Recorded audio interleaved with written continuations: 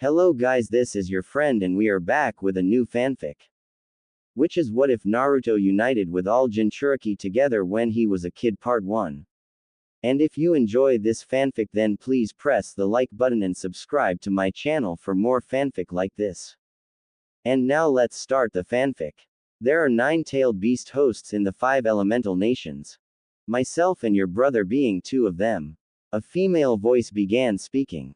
And as most know, we are called Jinchuriki, the power of human sacrifice. Ever since I was handed the missions list, I've been traveling through the nations and in the 5 main villages to complete my assignments. As I was doing my missions, I gained word from villagers about demons in their village. You might guess that these demons are the Jinchuriki, and you are correct. Each of the main villages have at least one tailed beast container, with the hidden Waterfall village being the only minor village with a container. On a side note, I have gotten to meet at least 2 of the Jinchuriki, however, I am only familiar with 5 of them. I didn't get information on the other 2. Most likely because he or she wasn't in the village. Continue. A tough voice spoke. I've gained as much information as I could about the containers. The female voice continued. I have their information at the top of my head. The first Jinchuriki is one known as Gaara from the Hidden Sand Village, also known as the son of the current Cage. I don't know which tailed beast he holds, but I do know that he is only 12 years old, and he is apparently untouchable. He has succeeded every mission he has been, all without taking any sort of damage, not a scratch, not a bruise. All thanks to his ability to manipulate sand, and his 2 older siblings who give him help. Next is the current Mizukage, Gaara. I'm certain that you know of his Jinchuriki status, yes? The female voice asked. I am well aware. The second voice answered. A third voice began to speak. The village has been under civil war, as you probably already know. The voice said in a rapping way. The female voice continued speaking. I didn't go to their village since it wasn't assigned on the list I was given. Plus I didn't want to go in there knowing what was going on, but all I know is that he is the container of the 3 tails, and has turned his village into a war zone due to his tyranny. But the less said about him, the better. Up next is Han from the Stone Village, and the container of the 5 tails. He's one of the Jinchuriki I met personally, and the first one I learned about as well. How did you meet him? The second voice asked. During my trip to the Stone Village. I actually bumped into him, and we had a long talk. He's 33 years old, and has a personal hatred for humanity. However, he seemed rather intrigued when he met a Jinchuriki such as myself, and welcomed me to come visit him whenever I please. He is also the one that got me to think about the rest of the Jinchuriki in the nations.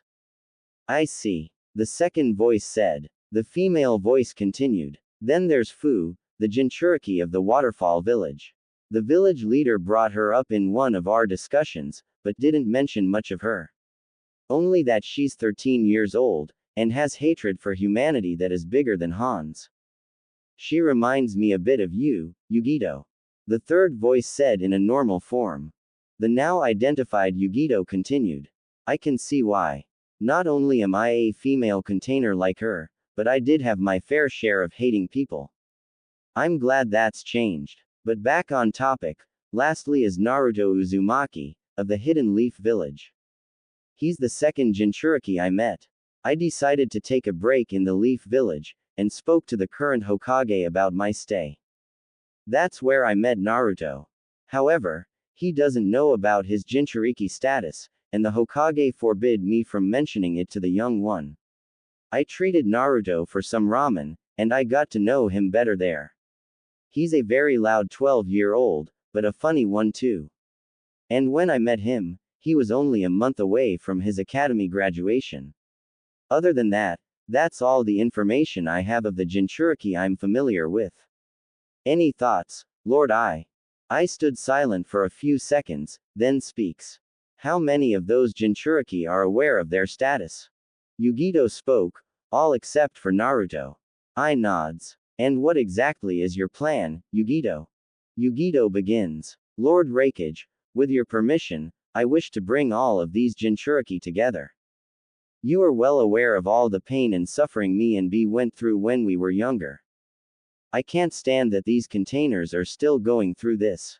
Some of them are still young, and haven't lived their life yet. I can bet that they grew up alone, and miserable. And yes, Han and Yagura are adults now and have experienced what they needed to, but Han is living his life in solitude, and Yagura most likely became a dictator just so that he could get back at his village for the way they treated him.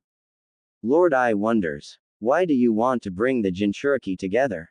Because, Yugito replies, I want to show these containers that they're not alone, and that there's people out there that were neglected and abandoned for the exact same reason.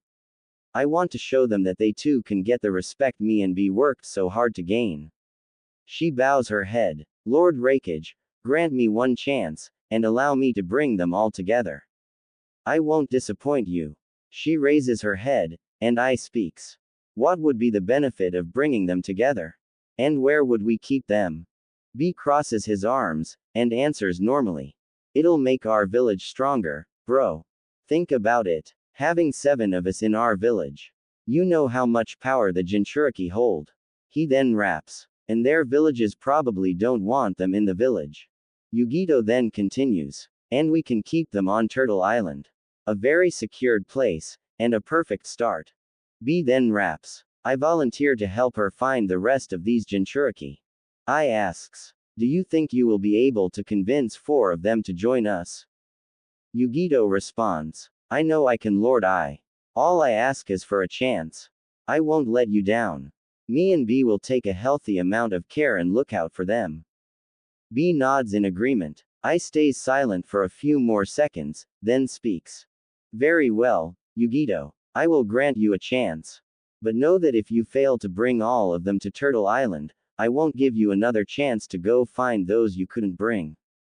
And if you do come across those 2 Jinchuriki whom you couldn't talk about today, then I'm open to bringing them here as well.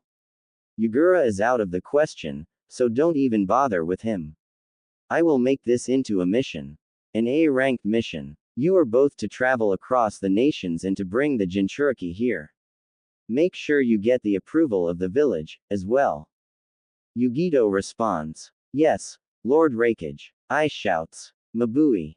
His young female assistant then comes into the room, holding a clipboard. Yes, Lord Rakage. I says. Yugito and B will be leaving on a mission to find the rest of the Jinchuriki. Both of you have 1 month to find them.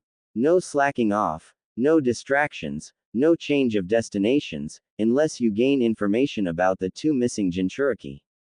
Mabui, prepare their mission papers. I will get started ASAP, Lord Rakage. Mabui responds. What would you like to name the mission? I answers. Project Tailed Beasts. Mabui confirms. Very well. I'll have the papers ready. She then exits the room, in search for the mission papers. Yugito kindly bows once more, and says. Thank you for granting me this chance, Lord Rakage. It'll be exciting getting to meet those who shared what me and B lived through. She raises her head again. I says. Of course, Yugito. Now, when will you like to get started? Yugito answers. I'd like to get started in 2 weeks. There's still a few assignments I need to take care of. And I thought of bringing up this topic early so that we don't have to make plans at the last minute. I responds. That's a smart thing to do. B raps. I can teach them a thing or two about being a good shinobi like Lord Killer B. Oh yeah. Yugito and I only sweat drop as he raps those words, but Yugito smirks nonetheless. 2 weeks later, Yugito and B were standing front of the gate entrance to the Cloud Village carrying backpacks for their trip, and alongside them were I and Mabui. I begin speaking. This is going to be a long mission for both of you. His expression changes to a serious one. And I highly hope you don't come back empty-handed. You hear me? Yugito and B say respectively. We won't, Lord Rakage. You got it, bro. Mabui then speaks. As stated before, both of you have 1 month to recruit the tailed beast containers. Once you find them, report to Turtle Island, and send us a messenger bird, so that we can report there. We want to give them our greetings. I continues. If your month is up, And, or, if you aren't able to recruit any of the Jinchuriki, you are to report back to this village, and I'll mark this mission as a failure. Yugito swallows hard to this, and I looks at her, saying, you understand the consequences of this, right Yugito? You're not exactly one to fail a mission, or come back empty-handed. And if that happens, you're gonna have to put up with some serious makeup assignments if you make this a huge waste of my time. Yugito widens her eyes a bit, but responds, nervously. I won't, Lord Rakage. I'll make this worth your while. I says. I hope so. Now, what will your plans be for your journey? Yugito regains her composure, and speaks. We'll head west to the hidden Waterfall village to recruit Fu. Then we'll head a bit further to the west and recruit Han. After that, we'll head south to the Sand Village and recruit Gaara. And, as for Naruto Uzumaki, I've started to get second thoughts about recruiting him. He doesn't know about his Jinchuriki status, and the Hokage forbid me from mentioning it to the young one. I stays quiet for a few seconds. He then speaks. If there's one thing I know about the third Hokage, is that he wants what's best for his village, and the people in it. I know for a fact that he'll give Naruto what is best for him, and let him live with the Jinchuriki.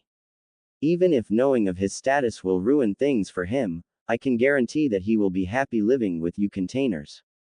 Yugito says. I hope you're right, Lord Rakage. I turns to B, and says. B, you better not make Yugito or yourself look bad with your rapping while recruiting the Jinchuriki. It'll make you look like you're not taking your job seriously, and the village leaders will not be convinced of lending you their containers if you rap in front of them, so you better keep your rapping as minimum as possible. B, while annoyed of keeping his rapping to a minimal, responds. Alright, ma brother. I'll try not to rap. I says. I hope so. Now, both of you, go on. You have 4 countries to wander. Mabui smiles at Yugito and B, and says. Good luck out there, you two. I'm pretty excited to meet these people. Yugito replies. Thank you Mabui. We will see you in at least a month. I nods, and with that, Yugito and B leave the gates of the Cloud Village, and exit the territory. Yugito starts a conversation. Hey, B. B asks. What's up, ma girl? I never got to ask you this, but what made you want to help me find the Jinchuriki? B crosses his arms, and replies normally. I have the same interests as you, Yugi girl. I may not look it, but I also wanna show them that they can get the respect we worked hard to gain. Is that so? Well, I'm glad to see you care just as much as I do. B uncrosses his arms, and raps. Not as much as you, but you can see I do. Either way, we're on the same page. B continues rapping. You said we go into Waterfall first. We better get there in a burst. I wouldn't worry about getting there quickly. We have enough time. Besides, there aren't a whole lot of trees to jump across, and we need to cross Lightning Desert too. Let's take it slow and steadily, so that we don't arrive tired to the waterfall, or the other villages. Whatever you say, Yugi sis. With that, they continue their journey to the village hidden in the waterfall. For the rest of the trip, Yugito and B decided to talk about old times. Their childhood, how they met, the time they spent together, and the mission that got them the Cloud Village's respect. Yugito and B were very good friends, and spent their childhood together. B was like the older brother that Yugito never had. He was always there for her, watching over her, taking care of her, and even inspired her to stand up strong, and prove herself to those who gave her a miserable childhood. Yugito and B had a sister-brother relationship, and were both very happy with it. B may not show it, and never admitted it, but he treasured his time with Yugito all those years ago, and it's something he would never let go of. Yugito was open about it, and always told B how happy she was to have met him. B never told her back, he was too prideful, but deep inside, he felt the same. He was glad he met his younger sister figure. They managed to cross Lightning Desert after a 5-hour walk, and only resting 2 times. After finally exiting Lightning Desert, they entered the smaller countries, and made stops in the smaller villages, mainly for food and drinks, but they were mostly traveling. They didn't spend much time in the villages. While Yugito did say to take it slowly, neither of them felt tired just yet, so they continued traveling until night fell. It took them 2 days, but they managed to arrive to the Waterfall village. They were standing in front of the waterfall that was blocking the entrance to the village. As they approached the waterfall, 2 Jonin Waterfall shinobi stopped them. Halt! One of the shinobi commanded. I need identification, and your reason for being here. Yugito handed her ID. Yugito ni. B handed his. Killer B in the house, homie. The second Waterfall shinobi looked at B's ID with a questionable look on his face. Killer B. B answers. That's right, fool. Ya fool. Both shinobi stood quiet after that, but Yugito speaks. Let's get right on topic. We wish to speak to the leader of your village. Both of the shinobi hand Yugito and B their IDs back, and the first shinobi speaks, for what purpose? Yugito answers. To recruit an unwanted shinobi of yours. The second shinobi looks at the first. Could be talking about her. The first shinobi agrees. Well, nobody wants that thing in here anyways. Hearing the word thing angered Yugito on the inside. When she and B were children, most people called them a thing or a demon, treating them as if they weren't human. Yugito never tolerated that. The shinobi speaks. All right, Yugito ni, Killer B. We'll let you speak to Lord Gotetsu. Follow us. Both of the Waterfall shinobi did 3 hand signs, before aiming their left hands, and yelling, Water Style, Water Division Jutsu. As they yelled that, the first Waterfall shinobi was pulling half of the waterfall to the right, while the second Waterfall shinobi was splitting it to the left. They didn't open the entire waterfall, just enough for all 4 of them to enter. The second shinobi spoke. Let's go. The waterfall automatically closes in 10 seconds. With that, the 4 of them ran in the waterfall, and stand on a cave behind it. The 10 seconds pass, and the waterfall closes. They proceed walking through the cave. The cave wasn't very long, as it only took them 3 minutes to walk out through the other side. They then witnessed the village hidden behind the waterfall. The village itself was small, and didn't stick out as much, but what was really breathtaking was the giant tree behind the village. The 4 of them began walking towards the village, and the first Waterfall shinobi speaks. Miss Ni, if I may ask, for what purpose do you want that demon?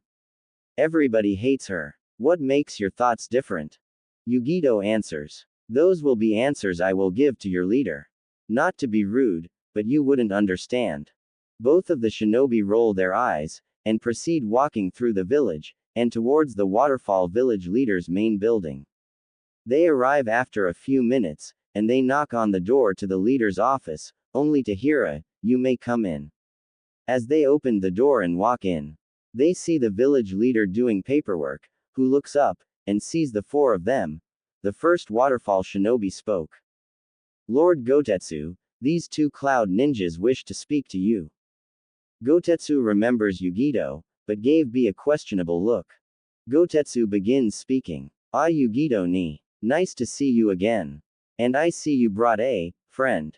B points at Gotetsu in a really gangster way, saying, Yo. Yugito says, this is Killer B, a good comrade of mine's. We are here to ask for a small request. Gotetsu asks, and what will that be? Yugito begins talking. Me and B are both aware that you have hold of the 7-tailed Jinchuriki, known as Fu. What bussiness do you want with that thing? Hearing the word, thing, again makes Yugito's right eye twitch, but kept her cool. We kindly request if we could recruit her, and take her with us to the Cloud Village.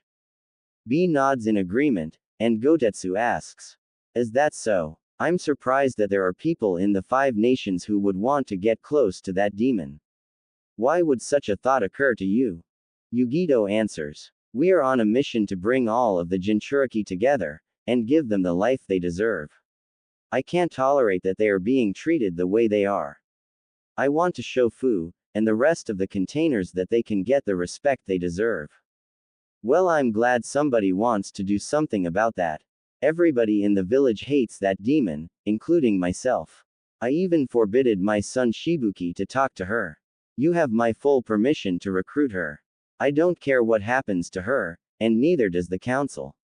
They wouldn't want to have a meeting that's about her, anyway. So you can take her today if you want. His words slowly made Yugito angrier and angrier. She didn't show it facially, but her blood was boiling at the fact that he was talking bad about her fellow Jinchuriki. B could see that she was getting angry. Gotetsu continues. Good luck finding her, though. She's not allowed in the village, so she mostly spends her time in the forest. I don't know where in the forest, and I don't care either. Yugito tried to keep herself calmed down, and speaks. We'll find her. Thank you, sir. That's all for today. She turns around, and walks to the exit. Have a good one. B follows her, and closes the door to the office. While they were walking towards the direction of the forest, Yugito finally showed her angered expression on her face. B starts talking normally. You should try to calm down, Yugi sis. Yugito says with a bit of anger on her voice. I can't, B. How dare he talk bad about someone who is blood, flesh, and bones like all of us? It's not fair that not even the village leader, or the council, care about her. If it's like this for the other Jinchuriki. Yugito didn't finish her sentence, as she didn't want to think about that at the moment. She then says, let's just look for her. Lord Gotetsu said she's somewhere in the forest. B responds, you got it. They proceed walking to the forest's direction, and they stop in front of it. The forest was quite large and was surrounded by many trees, but for Jonins like Yugito and B, they wouldn't get lost so easily. Just then, Yugito started focusing her tailed beast's chakra onto her ears. Blue aura started appearing in her ears, taking form of cat-like ears, with blue fire leaking out of both ears. This was done to extend and improve the hearing in Yugito's ears. This allows her to hear perfectly, and the distance of her hearing is at least half a mile.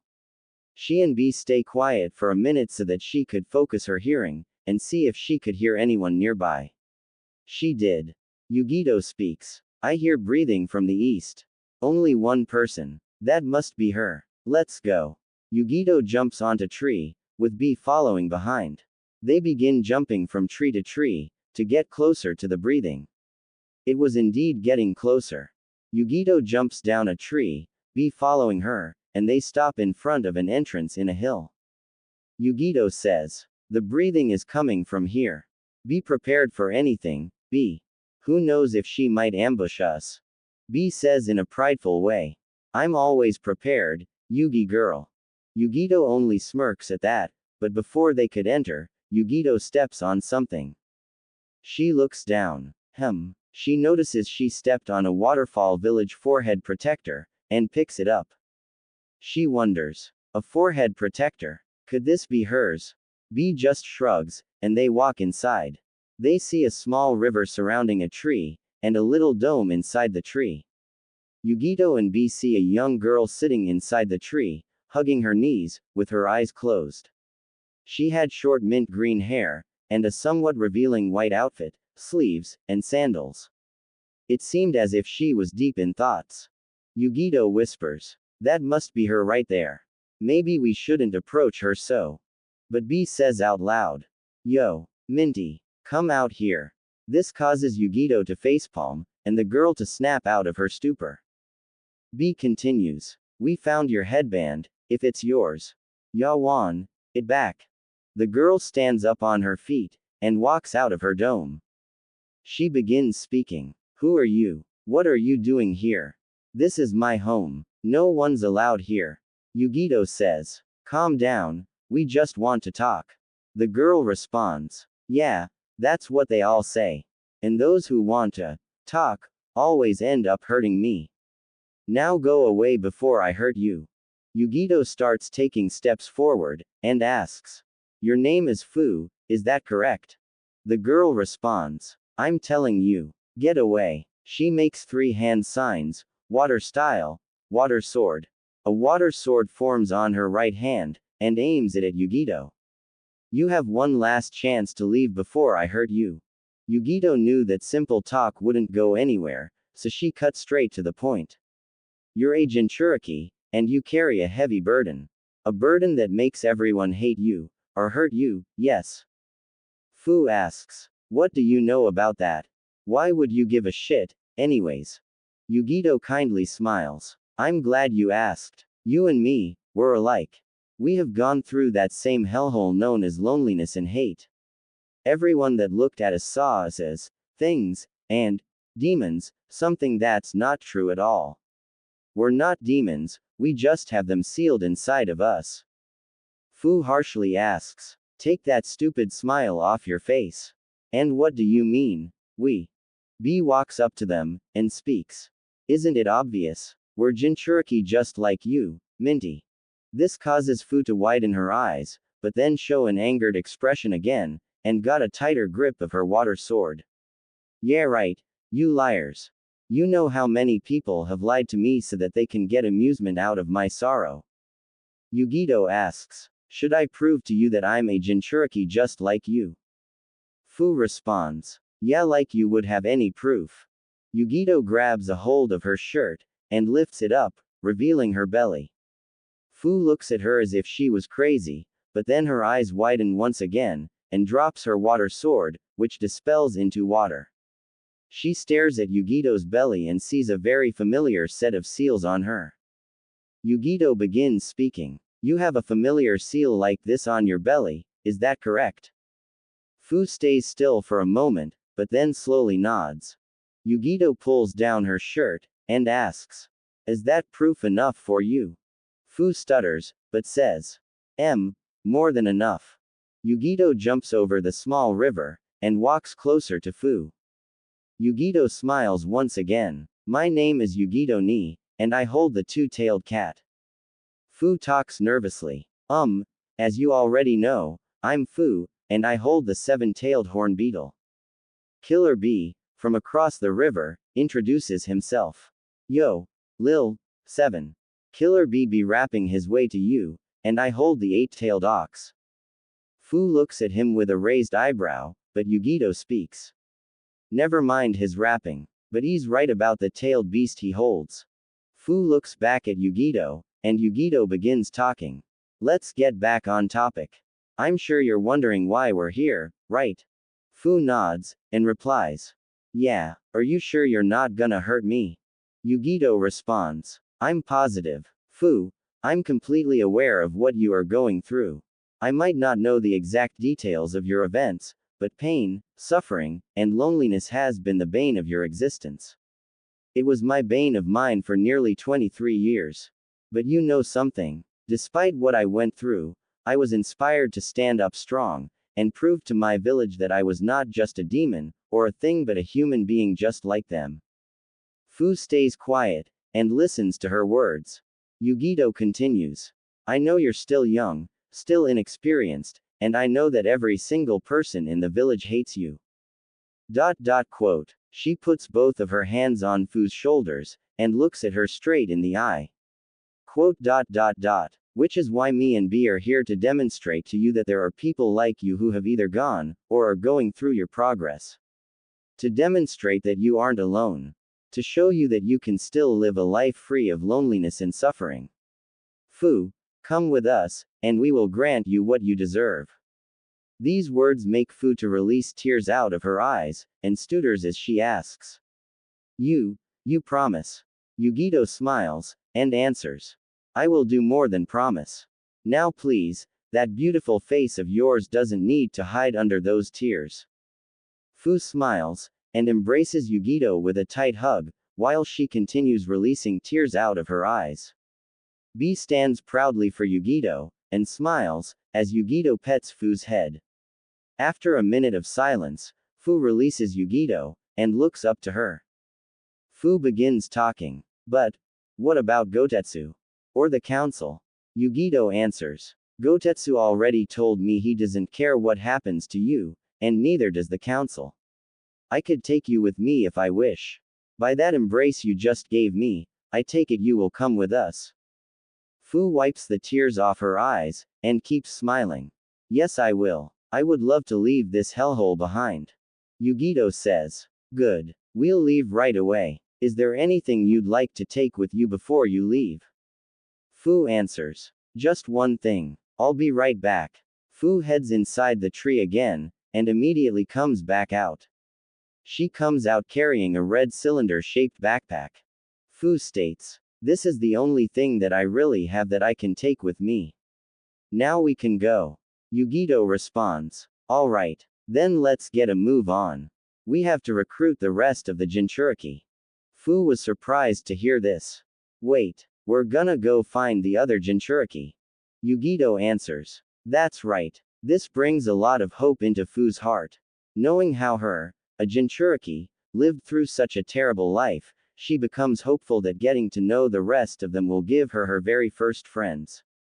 She excitedly asks, "Well, what are we waiting for? Let's get moving." Yugito responds, "Right away." The three of them exit Fu's hiding spot, and out of the forest. As the Waterfall village comes to their sight, Fu's heart nervously starts beating fast. You said your name is Yugito, right?" Yugito answers. "That's right. Well, could we go around the village, and not through it? I'm actually pretty scared of their glares, or that they might throw something at me." "Please." B responds to that instead. "Don't worry, Lil. 7. He then raps. Me and Yugito got your back. With us around, they won't give you a scratch." Fu's sweat drops to what he just said. What? Yugito explains to her. What he's trying to say is that we won't let the villagers hurt you when you have us to protect you. Fu nervously adds in. That's very nice of both of you, but please, that village left me traumatized. Please let's go around. I beg you. Yugito takes a deep breath, but kindly responds. Alright Fu. We'll go around. Fu's heartbeat speed slows down as she hears those words. Thanks. I really don't want to go back in there. The three of them walk around the village, and arrive to the cave that lead to the exit of the village. They approach the waterfall that was blocking the entrance, and the two waterfall shinobi from previously see them arrive. The first waterfall shinobi starts talking. I see you two are taking that little devil out of the village. I'm glad. He stares at Fu. It's about time. Nobody wants you in here. Fu turns her head to the side, and Yugito irritatedly adds in. Please just open the waterfall so that we can leave. HMPH. Was all the shinobi said. With that, him and his partner begin splitting the waterfall in half. The second shinobi adds in. There. Now get out of our village, you filth. Fu hides her eyes under shadows, and Yugito fists her hands in anger, while B doesn't give out any expression. The three containers walk through the waterfall, and it automatically closes. For the first time in her life, Fu could finally sees the outside of the village, and can't help but smile. Yugito then talks. She shows Fu her waterfall forehead protector. We found this outside of your hiding spot. I don't know if you want it back. Fu slowly grabs her forehead protector, and looks at it in anger. She throws it into the river, and sinks down. She adds in. There's a reason I threw it on the ground before you met me. Besides, I'm no longer a ninja of that shithole. Yugito responds. As you like then. Let's get moving. We have the other Jinchuriki to recruit. Fu happily says. Right behind you. They begin walking down the path, and into the forest. B begins talking normally. We gonna get along just fine, Lil. 7. Lord B's gone. Make sure you feel right at home. Fu's sweat drops again, and says. I can't take you seriously by the way you talk, Bumblebee. B corrects her. It's Killer B, Minty. Fu also corrects. And it's Fu, not Minty. Yugito smiles at their conversation, and looks ahead, thinking. 1 down, 3 more to go. The following events took place 3 weeks ago. It was a cloudy day in the land of stone, and Yugito was making her way to the stone village to deliver a few scrolls and supplies. She was walking peacefully through the large stones that surrounded her, and had been traveling for about 3 hours, non-stop. She decides to take a quick break, and eat a small meal before she continued her journey. Yugito says to herself, I'm fairly close to the stone village, but I'm exhausted.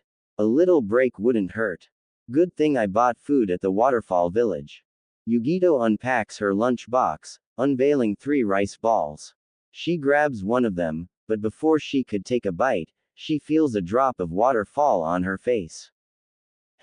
She looks upwards, and notices that it was going to start raining. Drops were coming down faster and faster. Great. Right when I was about to take my break. She looks around to see if there was any shelter around her. Knowing that she was surrounded by nothing but stones, thoughts came to her mind that maybe she wasn't going to find any sort of shelter in a place like this, but luck got to her when she found a small cave behind her. Yes. She ran towards the cave, and entered, and looks out the cave. I hate getting wet in the rain. If it wasn't for this cave, I would have just ended up running for it. It was already raining cats and dogs outside. She turns around to sit down and enjoy her meal, but then notices a few supplies in the cave.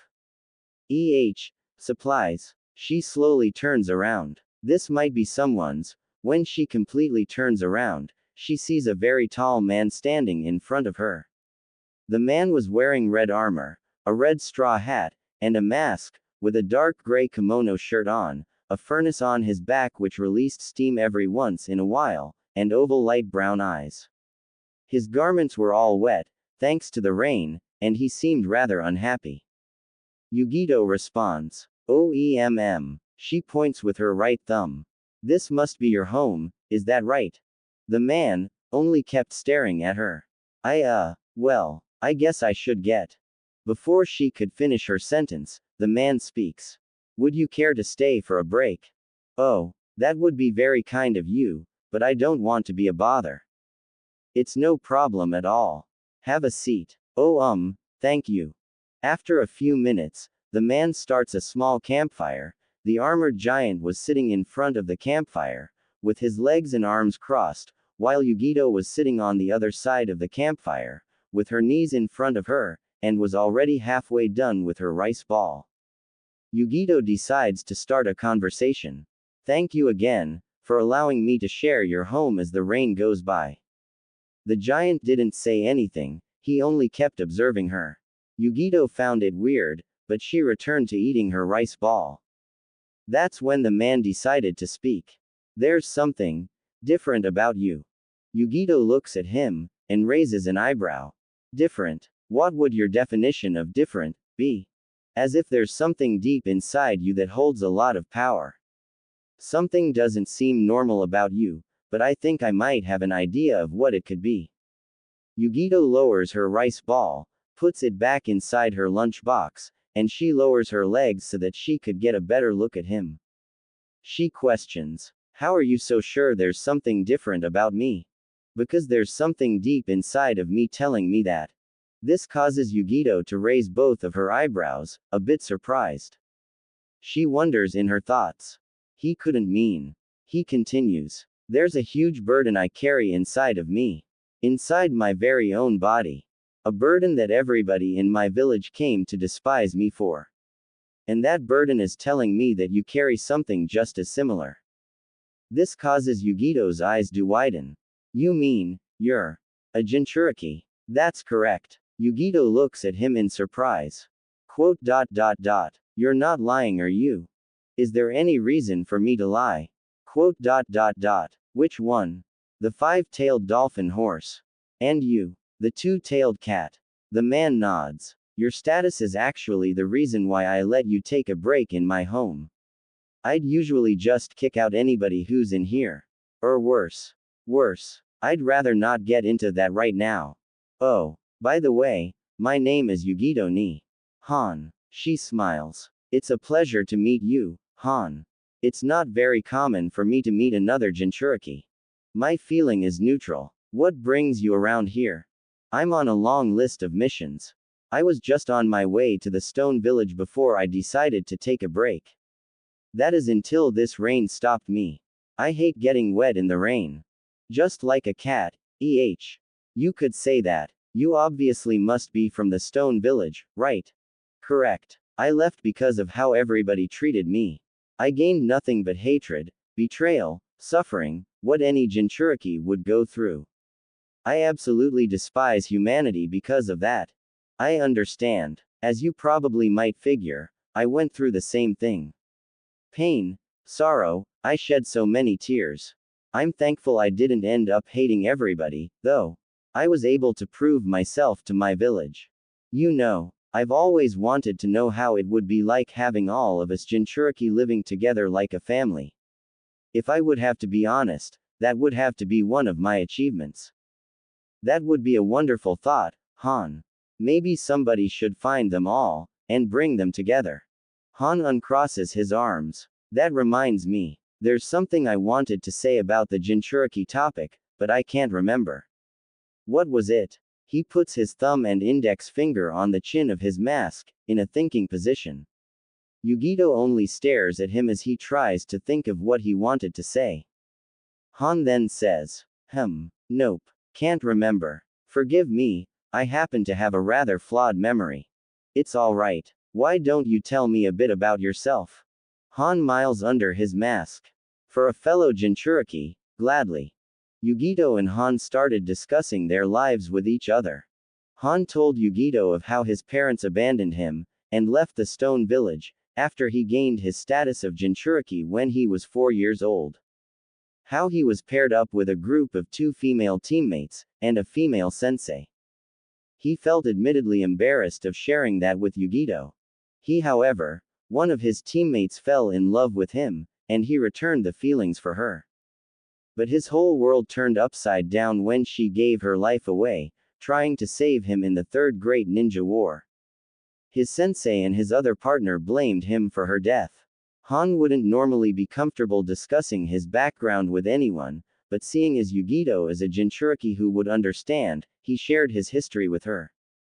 Yugito shared her life with Han as well, and they talked for an hour, then the rain started to stop.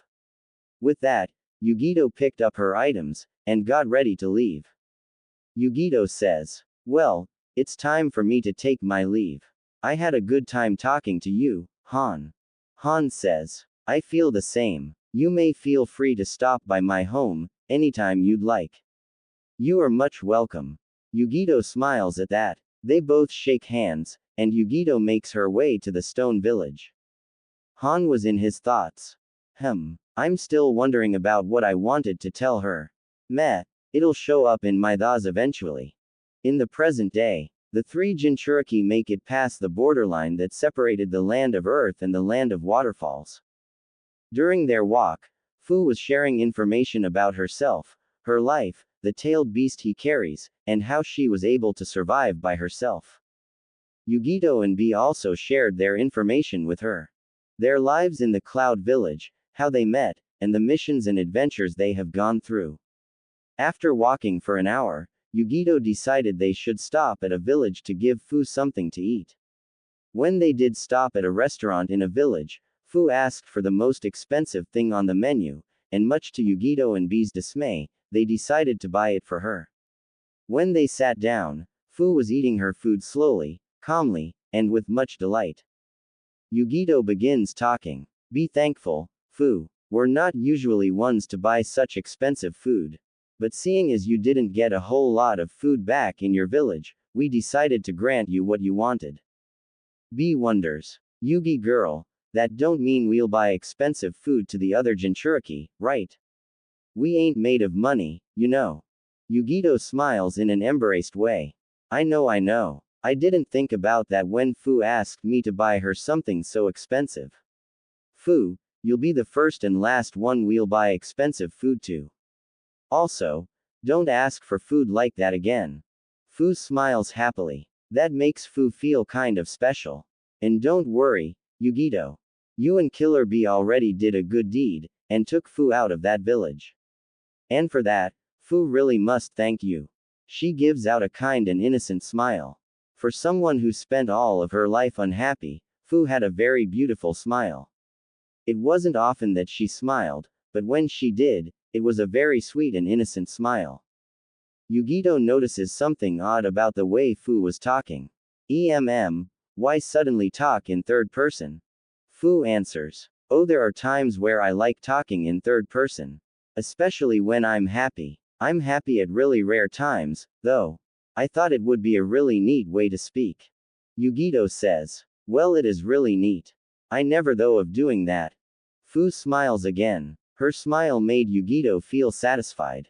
She herself didn't smile a lot either due to her unhappy past. It was B who helped her bring a smile and joy on her face, and it made Yugito feel a whole lot better about herself. Seeing a fellow Jinchuriki smile satisfied her more than anything. She felt as if she accomplished something important. Yugito smiles and says, Oh, and you're very welcome, Fu. Anything for our new friend. Fu asks, So hey, what are the other Jinchuriki like? Yugito answers, I've only met 2 of them besides you. There's Han, a very independent man who lives by himself outside of his home village. He's the one we'll be going to recruit next. Then there's Naruto Uzumaki. He's a year younger than you, and I talked to him one day. He's very hyperactive, and very alive, despite his background. He has a pretty big dream of becoming Hokage. We'll be recruiting him last, but I've been having second thoughts. He's the only Jinchuriki I know of that doesn't know about his status, so now, I'm not sure if I should recruit him. Fu adds in, not only that, but you'd be taking away his dream of becoming Hokage. Yes, that too. But there's no harm in getting to see him one last time. Is he the only one as young as Fu? Well, there's also Gaara from the Sand Village. He's the same age as Naruto. I haven't met him personally, but I heard of him when I was at his home village. I heard he doesn't have a very easy attitude, so getting along with him won't be easy. Fu responds. Okay. I guess Fu can treat them like my 2 little brothers, then. I mean, if that Gaara kid allows it. Yugito corrects. It's Gaara. Fu shrugs. Meh. Same thing. She then comes to a realization. Wait. You said he's from the Sand Village. As in, a village surrounded by nothing but sand, and heat really hot weather. Yugito teases her. Oh, don't tell me you're afraid of a bit of sand. It's not the sand Fu's worried about, it's the heat. Fu really hates hot weather. She crosses her arms, and makes a pouty face. B says. Don't worry, Minty. We just gone. Get Lil, one and get out of there. Fu says unamused. It goes by quickly. I'm not used to hot temperatures. Oh, another question. How many Jinchuriki are there? Yugito answers. There's 9 of us in total. You, me, B, the 3 I just mentioned, plus 3 more. One of them is Yagura, the current Mizukage, but he's become a dictator, and is dealing with his own problems in the Mist Village, so we won't interfere with that. And the other 2 are currently unknown. They're most likely traveling throughout the 5 nations, and they could be anywhere. So, who are we recruiting next? Next will be Han. I know of his location, so he won't be hard to find. He's not too far away, either. Fu adds in excitedly. Sweet. I can't wait to meet the next Jinchuriki. Fu is getting excited at the fact that I get to be with others who are like me. Yugito says. Believe me, Fu, we're just as excited as you are. Fu finishes her meal, and puts her chopsticks down. Ah, that was delicious. I haven't had food this good in ever. Yugito and B also finish their meal, and Yugito speaks. Han is only an hour away, so if we're all done here, we can get a move on. I just hope he's in his home place by the time we get there. Fu excitedly says. Okay then, let's get moving. The 3 of them stand up from the table, and Yugito and B pay for the meal. Then they exit the restaurant, and leave the little village. As they walked, Fu decides to ask Yugito and B a few questions about them. So Yugito, B, how did you 2 gain the respect you have now? Yugito says. I'm glad you asked, Fu. Me and B saved the Cloud Village. Fu widens her eyes a bit. You did? Nah, you're lying. B adds in. She's right, Minty. Me and Yugi sis saved the Cloud Village. That's how we got the respect we have now. Oh yeah, what did you two do, then?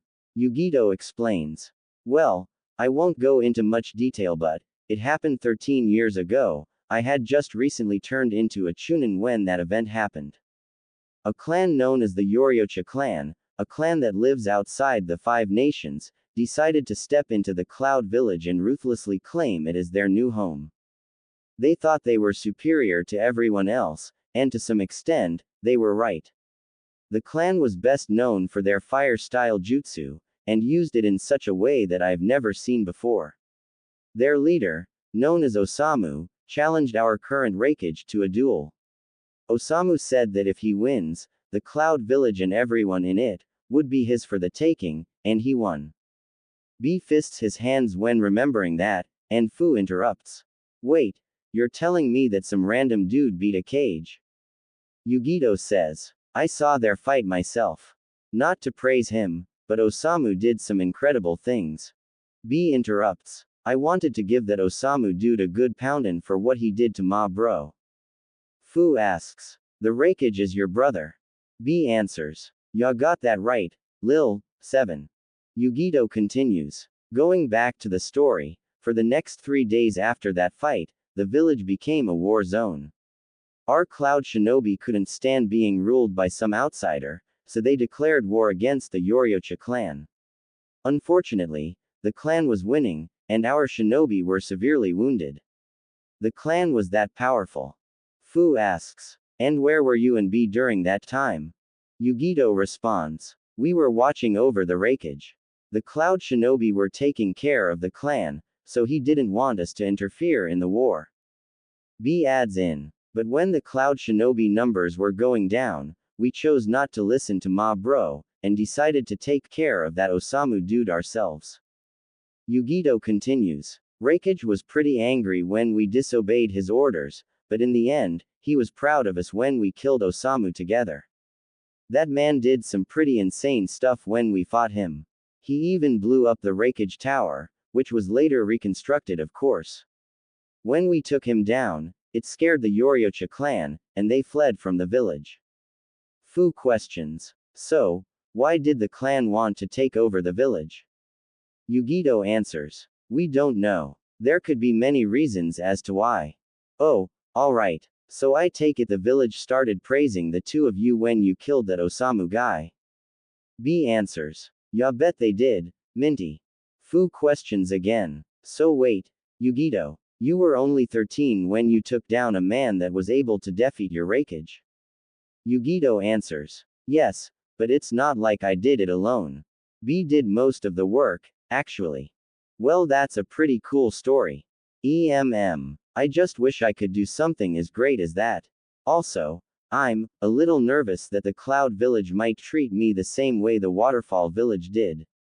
Fu, if there's something you should know, is that the Cloud Village has become very friendly when it comes to Jinchuriki. Sure, they treated me and B badly when we were younger, but after that event, they started realizing the great things that us Jinchuriki can achieve. And I can guarantee you that you will feel right at home when you step into the Cloud Village. B reminds her. Yugi girl, ya know she's staying at Turtle Island, right? Yugito responds. I'm perfectly aware, B. But Turtle Island is part of the Cloud Village, so it's pretty much the same. Fu wonders. Turtle what? Turtle Island. It's where you and the rest of the Jinchuriki will be staying. The Raikage wouldn't have a problem having you folks living inside the village itself, but we figure it wasn't going to be easy finding a house for all 4 of you. So Turtle Island was our first option. Fu asks. Are there bugs in that island? Yugito answers. Plenty of bugs. Why do you ask? Well, I really like bugs. They were honestly my only friends. I talk to them, and they talk to me back. So, you can communicate with bugs. I can. Fu found out it was because of my tailed beast, the 7-tailed horn beetle. He's the reason why Fu can communicate with bugs, and they can communicate back with me. But even if I didn't have the horn beetle sealed inside of me, Fu would still like bugs. They're very interesting, well organized, and they always do their job. Yugito puts her thumb and her index finger on her chin, in a thinking position. Huh, I wish that could be the case with me. I love cats, but sadly I can't talk to them. She turns to B. You can't talk to oxes, can you B? B simply responds. Nah. They continue talking and sharing stories for the next hour. Their path was slowly turning into a desert-like area, and they could see many huge stones up ahead. Fu was not happy with their current location. Yugito, you said that Han Guy was living alone in here. I don't want to be rude, but geez, how can he do so? There's nothing but stones and rocks. She lightly kicks a small rock as she walked. Yugito says, you wouldn't want stone ninjas to hear what you just said, Fu. People from the stone village get easily offended if you say something bad about their territory. I guess it's because I like trees, water, and seeing green, but anyways, how long until we reach Han? Yugito stops, which makes her two companions stop as well. She then says, we're here, actually. The three Jinchuriki were surrounded by tall stones, and dry grounds. They wait for a few seconds, then Fu asks, well, where is he? After she asks, the three of them hear footsteps behind him. They turn around, and they see a tall man in red armor. Yugito was happy to see the man, B was surprised, and Fu's jaw nearly dropped to the floor at the sight of the hideously tall man.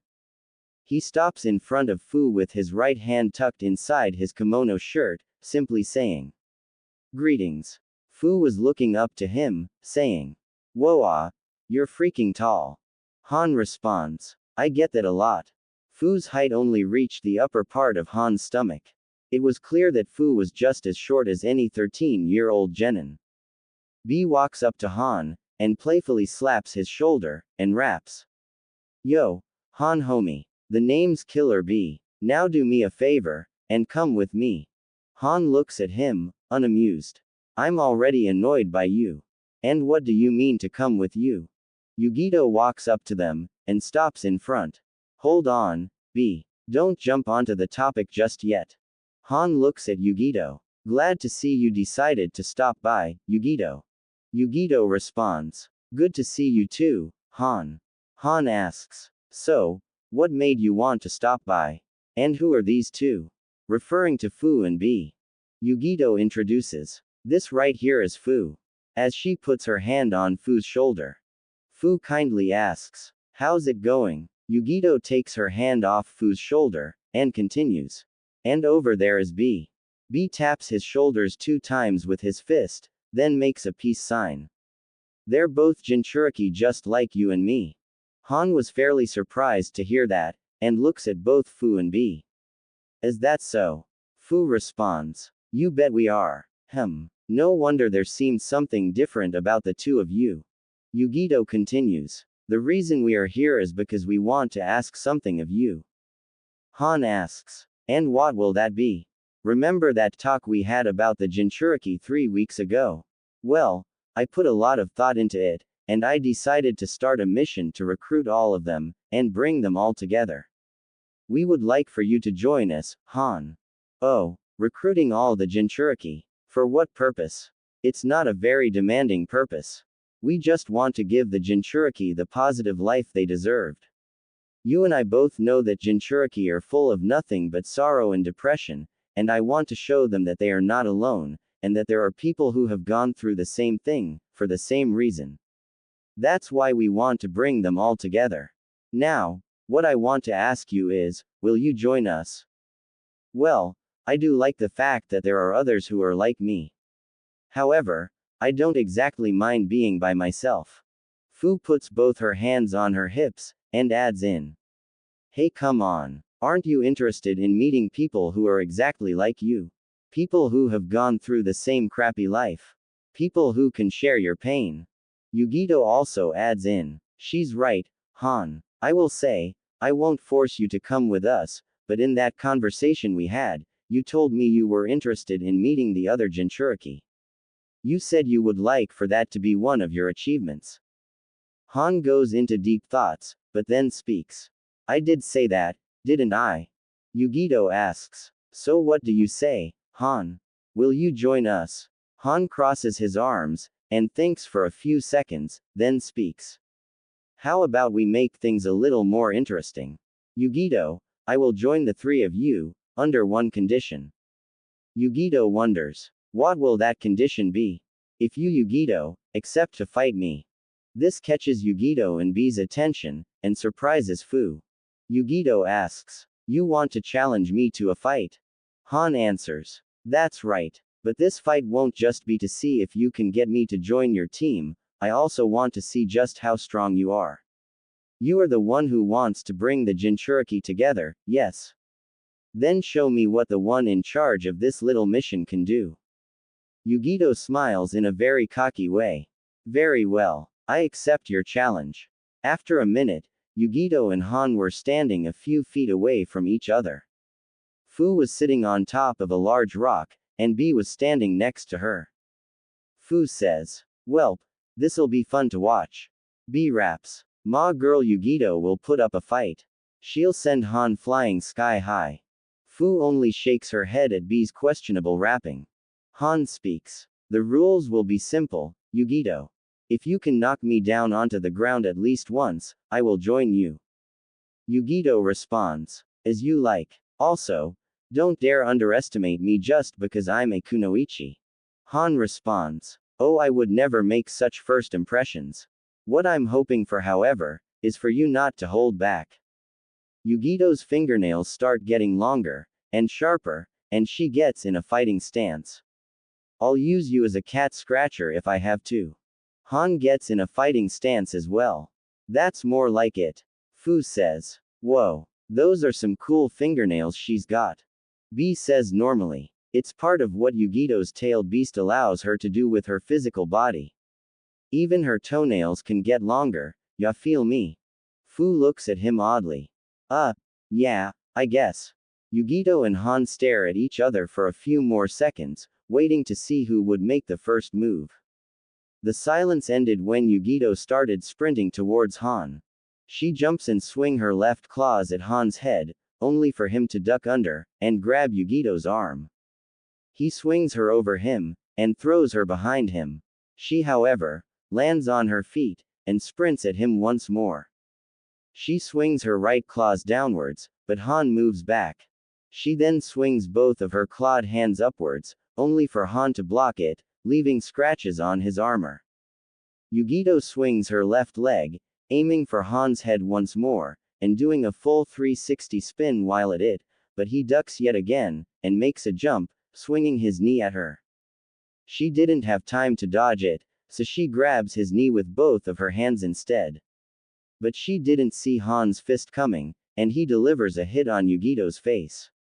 This makes Fu gasp, and B to be surprised. Han's attack causes Yugito to let go of him, and lose her balance, but she regains her composure quickly, and faces Han again. Han taunts her. "What's the matter, Yugito? Something's slowing you down." Yugito says, "Oh, now you've done it." Yugito stands on all fours, focuses chakra on her feet and hands, while her toenails get longer and sharper. Han gets ready for whatever was to come. She charges at him like a cat, faster than before, and swings her claws horizontally. Han blocks it, and was going to deliver an attack, but Yugito quickly did a backflip, and manages to scratch Han's torso, and mask with the nails on her toes. She was still in the air, and made another 360 flip, with her head back on top, and feet back on the bottom. Before she lands on the ground, she swings her claws downwards to Han's face, but he quickly grabs her hands before her claws could touch his face. She then kicks him on the torso, which sends him backwards, and lets go of her. She lands back on her feet. Yugito takes a deep breath. "Looks like I'm making a comeback." Han says, "You've got a lot of speed. But and you break through my defenses. Watch me do so." Fu cheered. "Yeah, you get him, Yugito." Yugito smiles at Fu's cheering, but keeps her focus on Han. Han says in his thoughts, "My turn to be on the offensive." Han then releases steam from the furnace on the back of his armor, and charges full speed ahead at Yugito, and swings a punch at her. She ducks down, but he quickly makes a 180, and swings another punch at her, which forces her to dodge again, but she dodges by getting on her hands. She swings her legs forward at him, and once again kicks him in the torso, but Han quickly grabs her foot, and swings her over him again, and throws her onto the ground, causing Yugito to land on her chest. She turns around on her back, only to see Han jumping up in the air, and releases much steam, to boost him down faster, and land on TP of Yugito. She, however, immediately rolls out of the way and gets up. Han lands on solid ground again, cracking the ground in the progress. Fu says, "Whoa, he did some pretty good damage to the ground. If that were her he hit, she would had been a goner." B explains, "Yugi sis is known for having quick reflexes like a cat, yo. An attack like that ain't gone, touch her."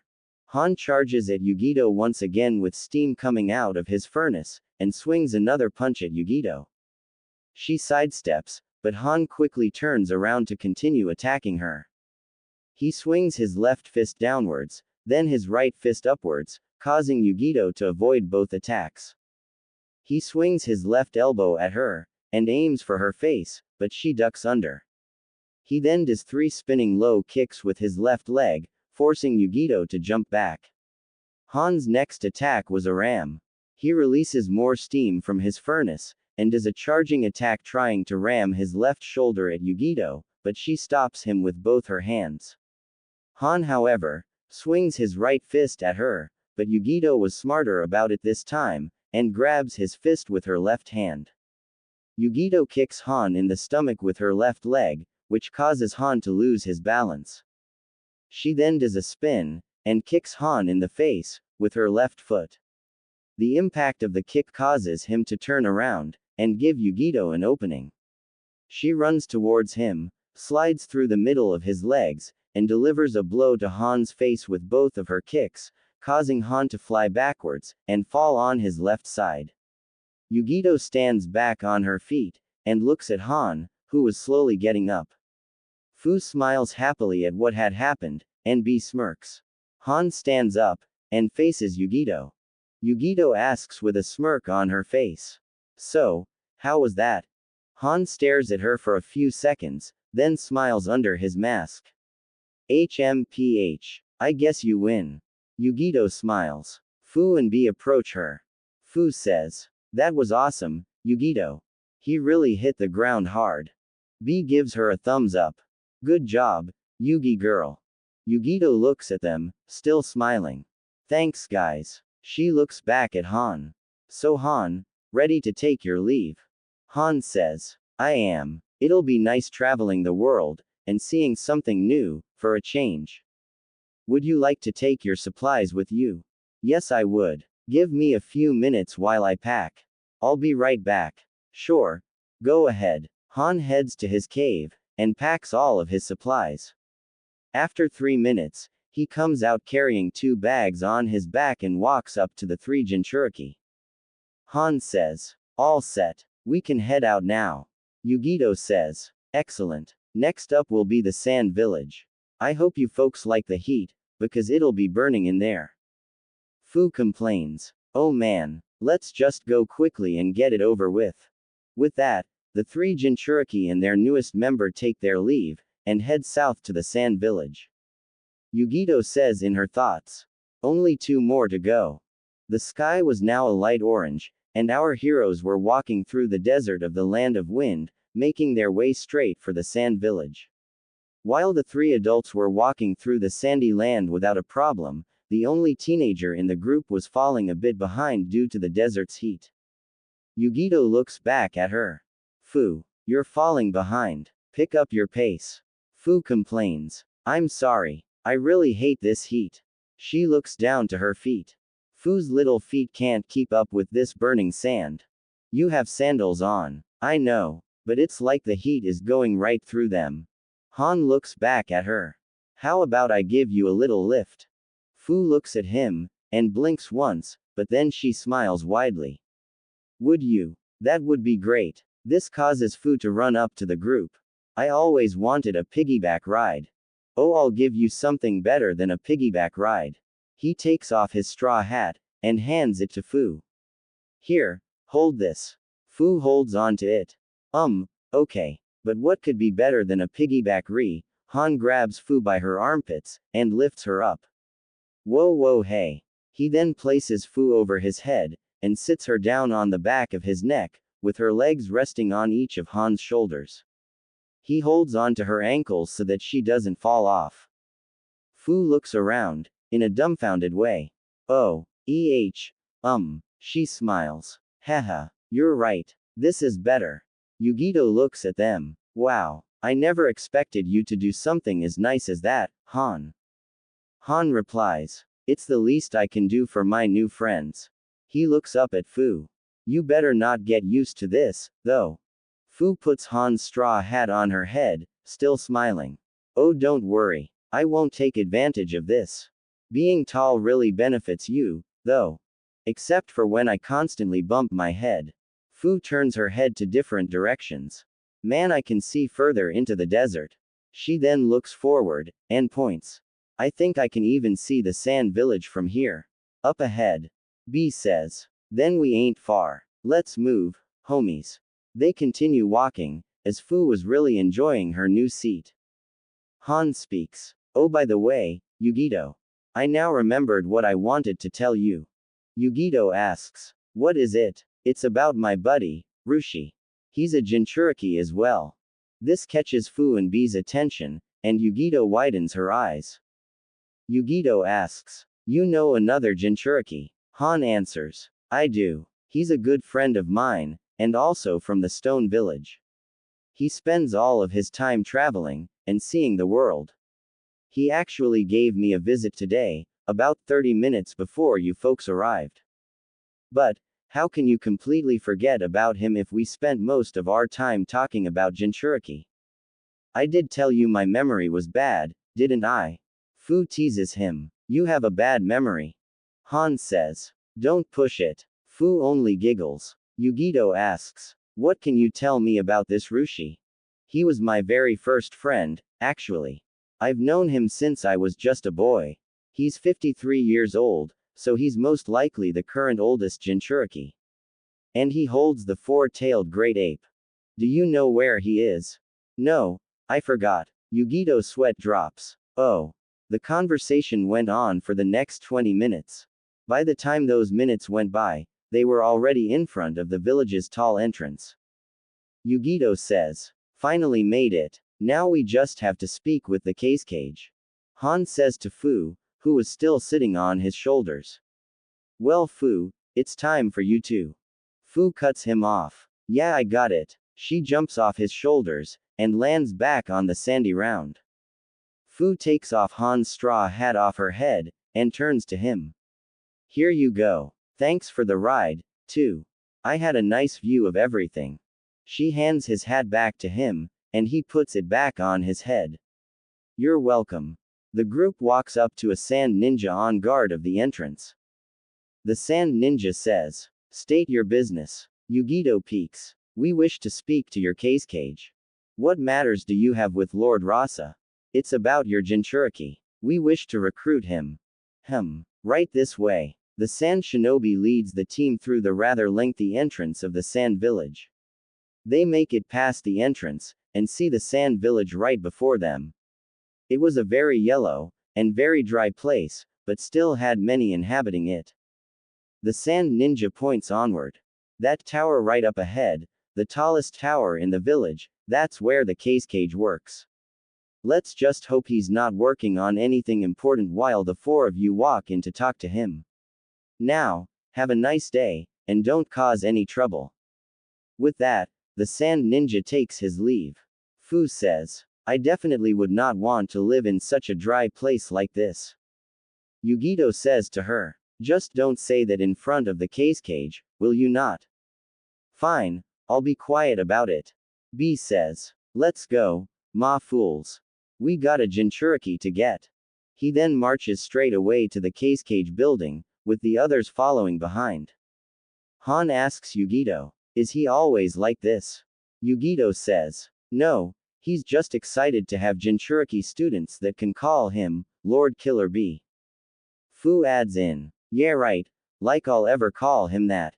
They proceed walking forward through the streets of the Sand Village, and enter the Case Cage building. They reach the Case Cage's office, but before they enter, the Case Cage's assistant, a young man who seemed to be in his early 20s, enters the Case Cage's office. He says, Lord Rasa, there are 4 shinobi from different villages who wish to speak to you. Rasa asks to himself, what group would want to visit me at this time? He then speaks to his assistant. Fine, send them in. His assistant walks out the door, and allows the group to enter the office. The Case Cage found the group a weird bunch. While he found Yugito to be the normal one out of the 4, it's not every day you find a man in shades, another fully armored, and a teenager with them.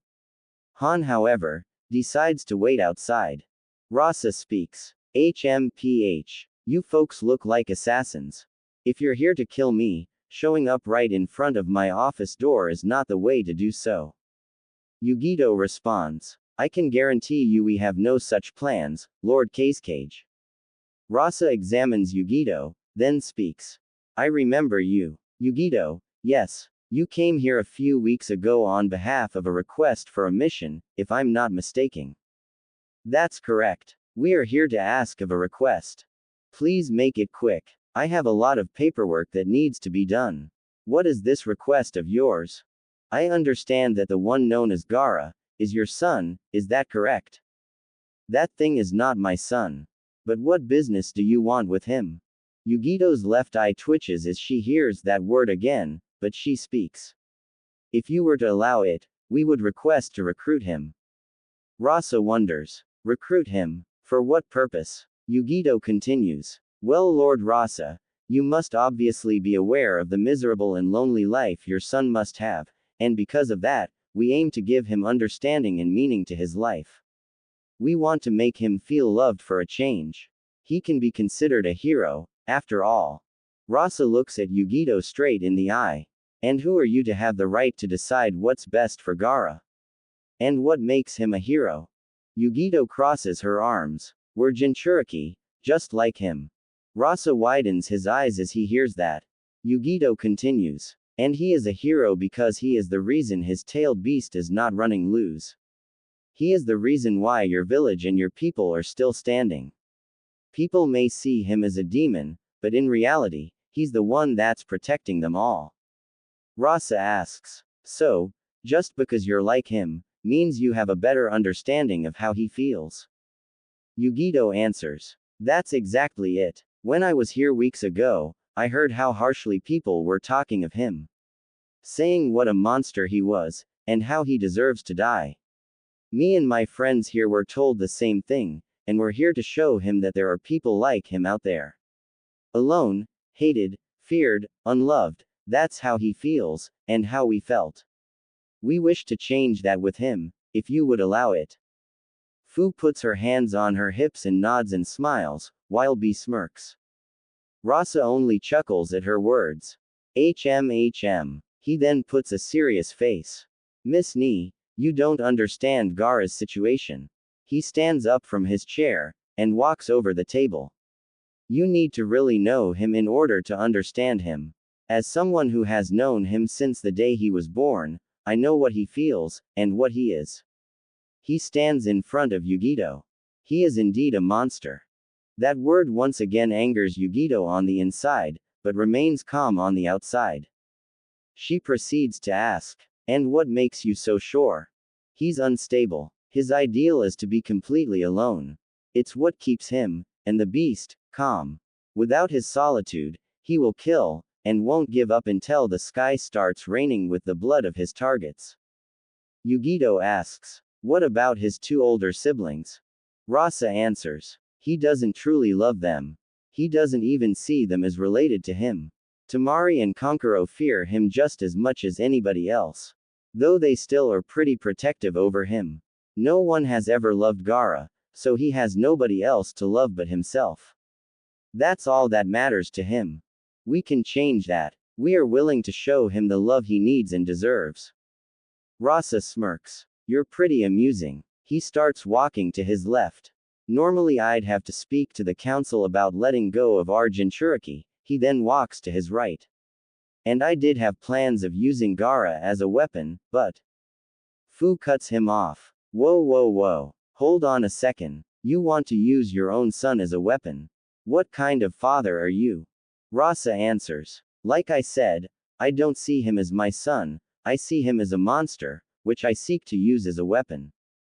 This angers both Fu and Yugito, but Yugito still didn't show it, and had a hard time holding her anger in. B says unamused. Not cool, Bratha. Han was paying close attention from outside the office. He wasn't very surprised to hear what the cage had to say. Rasa faces Yugito again, and continues. As I was saying, you folks seem pretty determined to show Gaara some light, so I'll let him go with you. I'm actually fairly interested in seeing just how much Gaara can change with you Jinchuriki. You claim that you are like him, so you'll understand him. Prove it to me. Prove that Gaara can change with your help. The fact that the cage approved of Yugito's request calms her down. She speaks. Where can we find him? Rasa starts making his way back to his seat. He should be back from a mission by now. He sits down. He usually spends his time in the sand village training fields behind the village. He smirks again. HMPH. Good luck at convincing him, though. You'll have to speak to Tamari and Kankuro about it as well, and like I said, they're very protective when it comes to Gaara. We'll figure something out. I'll inform the council about my decision. They don't care much about Gaara, so they put him on my hands. However, he needs to put down his Sand Shinobi status before he leaves, or he will become a missing nin. You don't want that, do you? No, sir. Good. Report to me as soon as you convince Gaara to come with you. I'll put down his Sand Shinobi status then. Yugito nods. We will. Thank you for your time, Lord Cage. Rasa concludes. You are dismissed. With that, Yugito, Fu, and B exit the office, and close the door, while the cage gets back to his work. In the streets of the Sand Village, the four Jinchuriki were making their way to the back of the village. Fu begins to talk. I can't believe it. That sorry excuse for a cage wants to use his one son as a weapon. What kind of person would do that? Han tells her. Keep it down, will you? You want to be thrown out of the village for insulting their cage. Fu scratches the back of her neck, embarrassed. Right. Though I find it funny that his siblings fear him, yet they're protective with him. Yeah, fear and protection don't exactly go together. Yugito remains quiet, but B looks at her, and asks. Feelin' da same way as before, Yugi girl? Yugito speaks. Yeah, I could hardly contain my anger when he called Gaara those words. Han asks. Monster, and thing. Yugito looks at him. Han, how could you say those words without feeling anger? Because I'm used to it. Yugito looks forward again, maintaining her face of disapproval. Let's just go get Gaara. They proceed walking to the back of the village. When they arrived, they see the training area was completely empty. There was only one person there, a boy with spiky red hair, a sand gourd on his back, and a mostly dark outfit, with brown and white around him. He was currently sitting on top of a boulder. The boy feels their presence approaching him. Without looking at them, he speaks. What do you want? Yugito asks. Are you Gaara? Yes, and I'll ask again. What do you want? My name is Yugito ni. We have a request for you. Gaara stands up from the boulder, and turns to them. He asks. What is it? Yugito replies. We are traveling throughout the 5 nations looking for Jinchuriki such as yourself. Do you seek to capture me? Yugito slowly walks up to him. No, we seek to help you. B speaks to her. Careful Yugi sis. His chakra feels dangerous. Yugito stops, and Gaara asks. What help could you possibly give me? I don't need anybody's help. Besides, why do you want to help me? Yugito answers. You and I share the same past of loneliness and hatred. Nobody loved us throughout our lives, and I'm sure you're still going through that. Yugito's words slowly start angering Gaara. Don't remind me of my past. My past is something I talk with no one. What could you possibly know about it? Because I was hated for the same reason as you. She looks back at the other Jinchuriki. We were all hated for the same reason. She looks back at Gaara. Hated for the same reason. What do you mean? Me, and my friends behind me, were Jinchuriki. Just like you. Gaara's expression doesn't change. I've heard enough lies. Now leave, or I'll kill all of you. Yugito then does exactly what she did when she met Fu. She raised her shirt, and showed her belly to Gaara. Gaara wasn't one to be surprised easily, but what he saw next surprisingly caught him off guard. Yugito shows Gaara the seal that keeps her tailed beast inside of her, which interestingly surprises him. Yugito asks him, "Does this seal look familiar?" Gaara was speechless. Even he was surprised to see that seal. He couldn't believe it. A person in front of him who was hated and abandoned for the same reason. Someone who knows how he feels, and what he went through. Someone that could finally understand him. He slowly walks up to her, and gently places his hand on Yugito's belly. The other Jinchuriki question his action. Yugito confirms, "Yes, the seal is real, Gaara." He takes his hand off her belly, and Yugito pulls her shirt down. Gaara looks at Yugito with shock on his face. You're like me." Yugito gently smiles. "Exactly like you. I know exactly how you feel.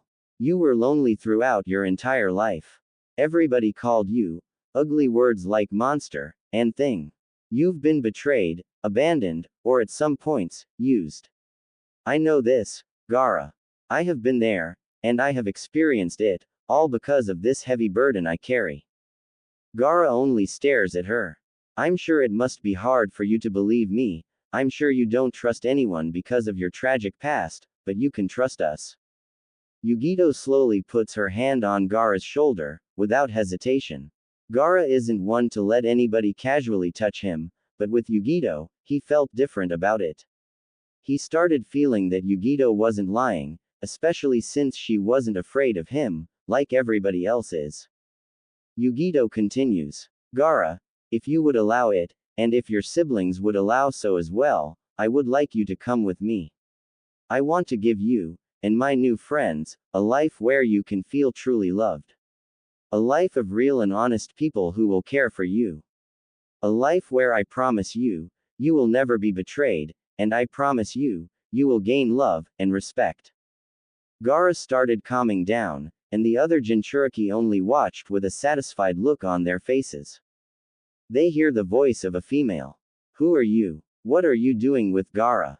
All of them turn around, and see a blonde teenage girl wearing white with a giant fan on her back, and a teenage boy wearing completely black, purple face painting, and what looked to be a mummy on his back. The girl spoke. "I asked who are you?" The two of them walk up to Gaara. The boy asked, "Gaara, are you alright?" Gaara looks at them. "Yes, I'm fine." Yugito asks, "Are you Tamari and Kankuro?" Tamari responds, "Yeah, what do you want with Gaara? We were talking to him about something important. But seeing as his two older siblings are here, we can discuss it with you as well." Fu and the others walk up to them, and Kankuro asks, "What do you wanna to talk about?" "We wish to recruit him." Tamari asks, "Recruit him? Just who do you think you are to just go ahead and recruit him? He's our brother. As a Jinchuriki like him, I want to help him gain the love and respect he needs. Something he never had." Kankuro says, surprised. "Wait, what? You're a..." Tamari finishes the sentence. "A Jinchuriki? Yeah, right. A Jinchuriki doesn't just show up in a village." B says. "These Jinchuriki do, baby." Kankuro was still surprised. "You're all..." Fu crosses her arms says, smiling. "That's right. Not exactly something to be prideful for, but it's a big title Gaara and the four of us hold." Tamari was unamused. "Well, I find it hard to believe that four Jinchuriki would show up to the sand village. Does the case cage even know you're here?" Han speaks. "We spoke to him a few minutes ago. He approves of Gaara leaving with us."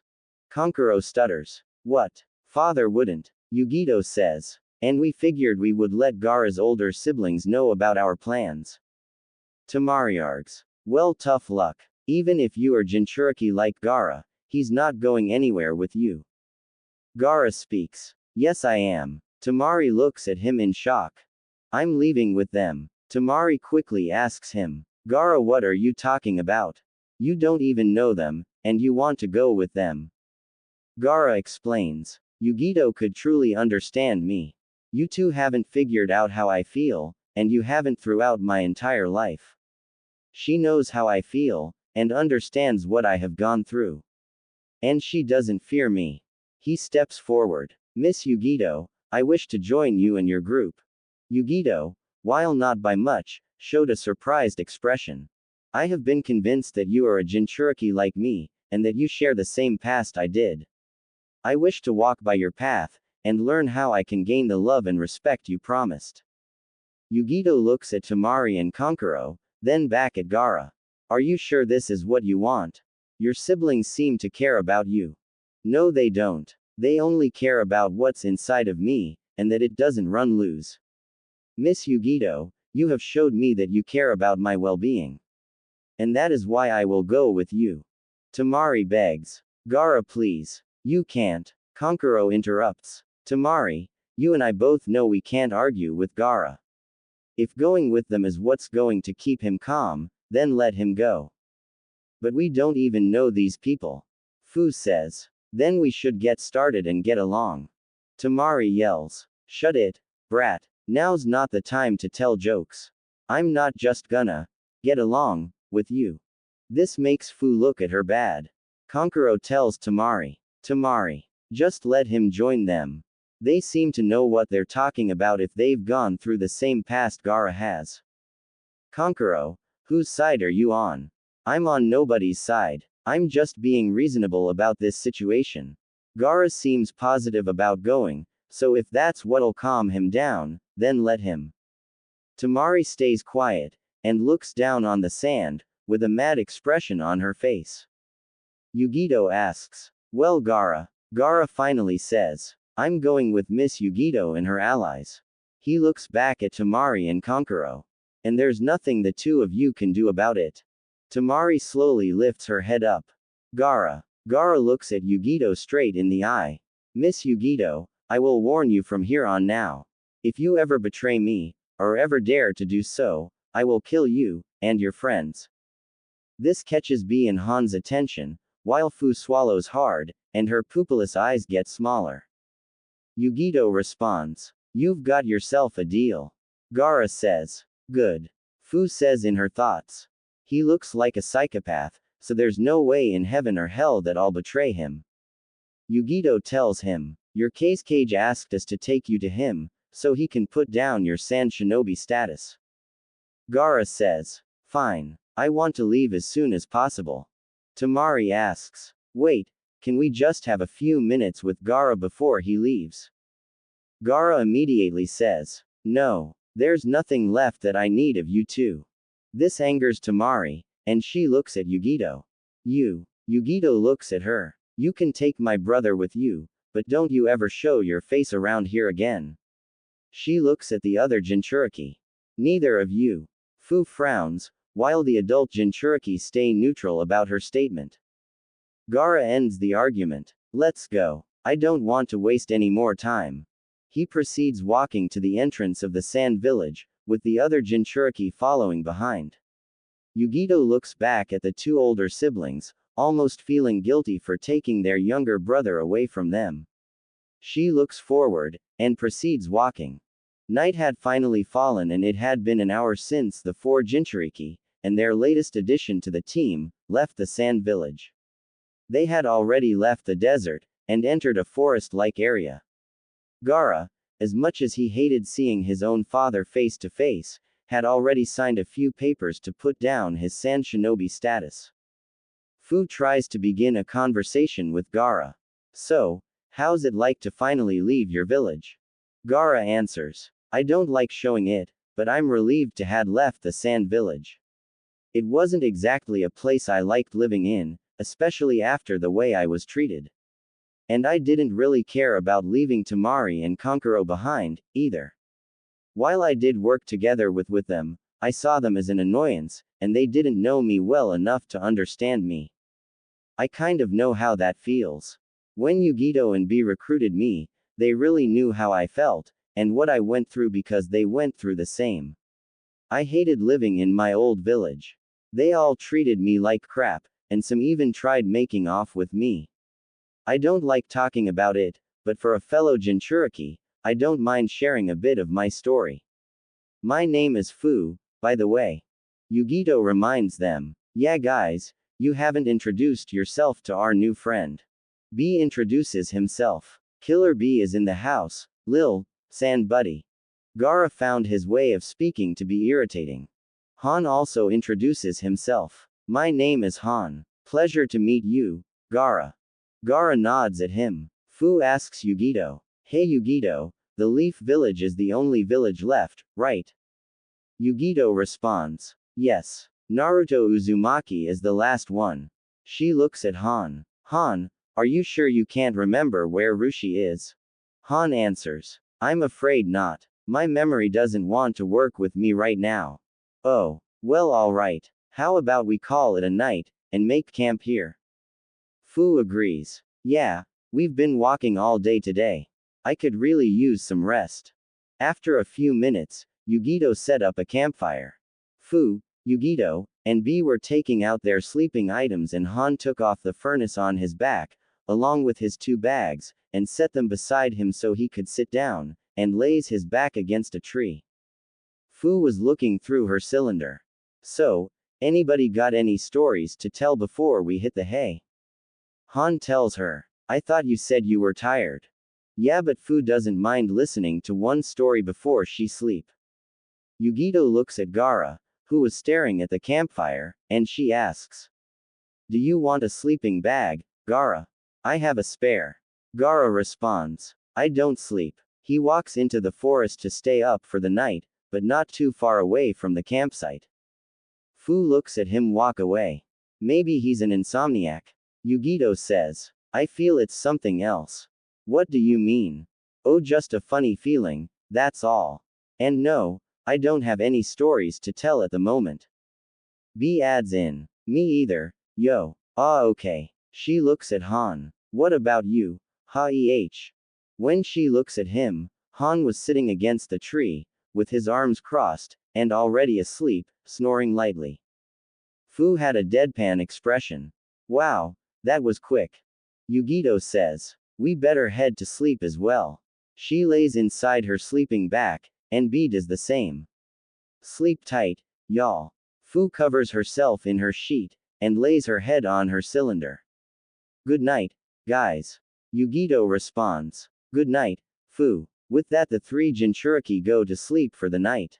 With Gaara, he was in a fairly open spot, looking up at the moon lighting up the night, in deep thought. Was this the right choice? Going with people I don't even know. This choice makes me seem as if I'm desperate. Miss Yugito wasn't lying when she said she was a Jinchuriki like me, so she's currently the only one I can believe. Either way, I can always kill them if they plan anything against me. Betraying me will be the biggest mistake they'll ever make. With that, he proceeds walking through the forest for the night. The next day, the campfire had already been turned off, and Yugito starts to slowly wake up. She sees Fu sitting next to B, having a conversation. The two of them had already packed their things, so they decided to chat. Yugito starts to get up from her sleeping bag. You two are up early. Fu looks at her. Oh, we just got up. B and I were telling each other about ourselves. B says. Check it out, Yugi girl. Lil, 7 here wants to rap too. Yeah, I will say, even though B's rapping is pretty bad, this makes B's smile turn into a frown, and his eyebrow to twitch behind his headband. Rapping sounds like a lot of fun. Yugito tries to hold her laughter at B's face when Fu said his rapping is bad. B tells Fu, you just lost a lot of ma respect, Minty. Why? 'Cause I said your rapping was bad. B taps Fu in her forehead. Ow, hey. Yugito starts packing her back, and looks at them. Come on guys, be nice. HMPH, was what B responded with, and takes out his little rhyming book. I'm gone, make a rhyme insulting you, Minty. Fu looks at him in shock. Wah, oh you're so immature. The three of them notice Gaara arriving. Yugito looks at him. Gaara, you're back. Where were you? Gaara responds. I said I don't sleep, so I wandered the forest for the night. Fu asks him. Why don't you sleep? Don't you get tired? I'll explain sometime in the future. Right now I don't feel comfortable explaining it with people I just met. Yugito stands up, and picks up her backpack. Fair enough. Let's get moving. We'll stop at a village for some breakfast, then we'll continue our trip. Fu and B stand up as well. Fu dusts herself off. Alright then. She heads towards her cylinder back, and looks at Han, who was still sleeping.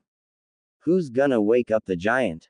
Yugito answers that question. I'll do it. She walks up to Han, kneels down on one knee, and shakes his shoulder. Han, wake up.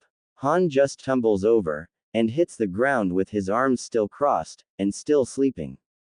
Yugito widens her eyes at his sudden collapse. OEMMM. B answers to that. Big ol' red must be a heavy sleeper. Fu grabs a pebble. I got this. She then aims the pebble at Han, and throws it at him, hitting him right in the bridge of his nose.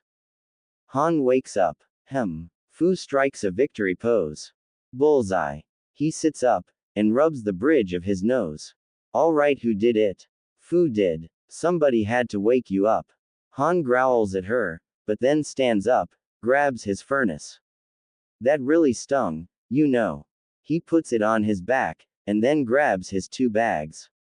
Oh, you're a big man. You can take a pebble to the face. Gaara interrupts them. If you two are done with your needless talk, we should get moving. Yugito agrees. He's right. Leaf Village is a day away, so let's not waste any more time. Let's go. B also agrees. You got it. They begin walking, and Fu says unamused. Great. Fu's little feet are gonna get sore by the time we get there. Han teases Fu. Oh, you're a big girl. You can walk for a few hours. Fu crosses her arms. HMPH. They continue walking for the rest of their journey. They spent half of their time quiet, and the other half, they had small conversations. Fu started humming random songs to kill the silence. They eventually found a small village to make a stop, and have some breakfast. Yugito had purchased food for Fu and herself, and B for Gaara, and didn't make the same mistake of buying expensive food for Fu, and Gaara didn't ask for much, so B was lucky not to spend too much of his money. Han had his own money to buy his own food. They had their breakfast quickly, and left the village once they were done. They traveled for 5 more hours until they stopped at another village to grab lunch. They also finished their lunch quickly, and continued their journey. They took a total of 4 breaks during their trip. 2 to grab food, and 2 to rest their feet. Night had fallen, and they set up camp for the night, and continued next morning. They traveled for 2 more hours. Han tells them, I see a huge stone wall up ahead. It must be the Leaf Village. Fu suddenly jumped behind Han, puts her hands on his shoulders, and puts her head next to Han's, to get a good view. He didn't seem to mind. Fu smiles. He's right. I can see the village just up ahead. Yugito is relieved to hear that. Good. Naruto Uzumaki will be the last one, then we can head to the Cloud Village. Fu asks Han, mind if I hang on to you for the rest of the walk? Han responds, I already gave you a lift yesterday, and the day before. Besides, we're almost there, you can walk the rest. Fine. She gets off Han, and continues walking. I hope they don't think we're a weird bunch. I mean, look at us. Yugito agrees. I would have to hope the same thing. B raps. They gone. Let us in, we just gotta keep it cool. He points at the others. So none of you better make us look like fools. Han looks at Yugito. Yugito, how can you tolerate this guy's awful rapping? This makes B's mouth twitch, and Yugito says, oh, it's not that bad. And besides, I got used to it. Was all that B said.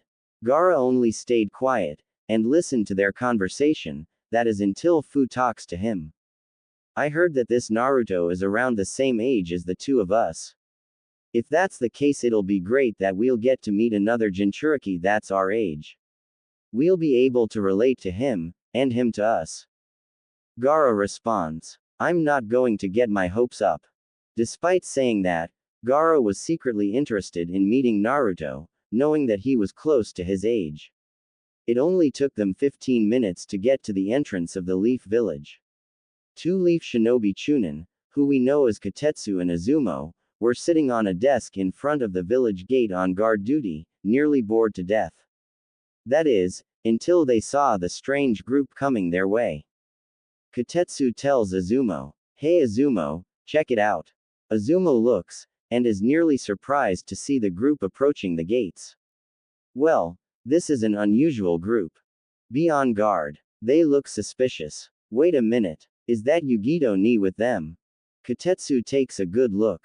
Yes it is. What could bring her over? The group walks up to the two Chunin, and Yugito greets them. Greetings. You two folks look bored out of your minds.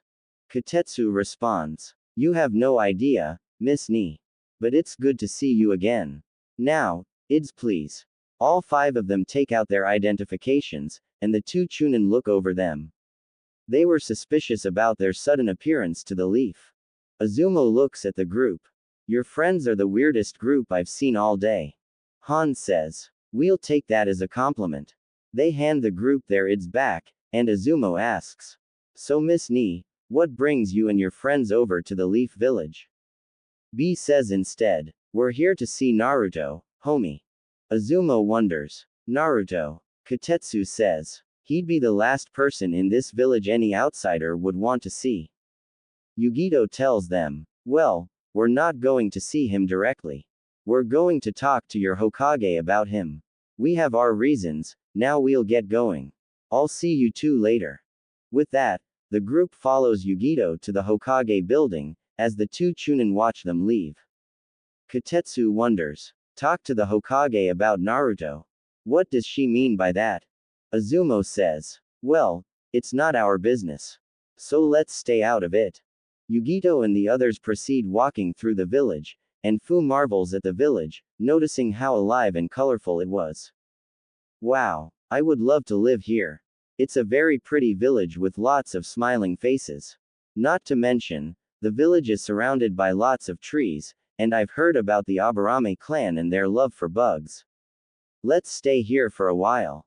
Yugito says. Well, I was planning on having a stop here until tomorrow. Heading to the Cloud Village is a one-day trip, and we do need a few supplies, so yes, let's stay here for a while.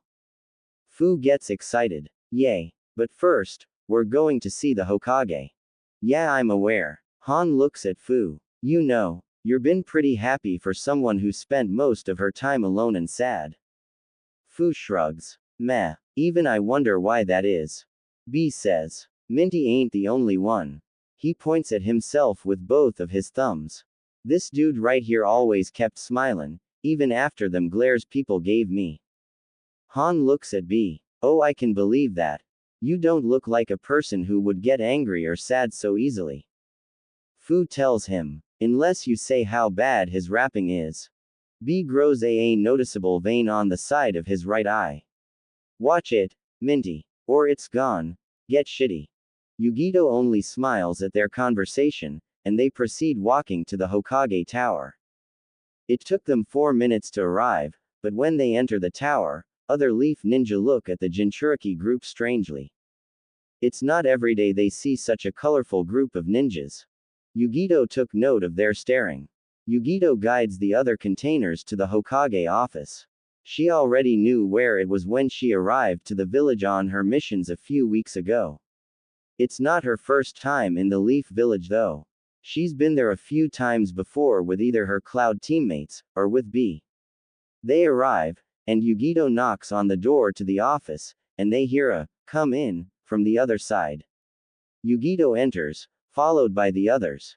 Han decides to stay outside again. Yugito speaks. Lord Hokage. It's good to see you again. Hiruzen Sarutobi, the third Hokage of the Leaf Village, was working on paperwork, and looks up to see who walked in his office. B speaks. Yo.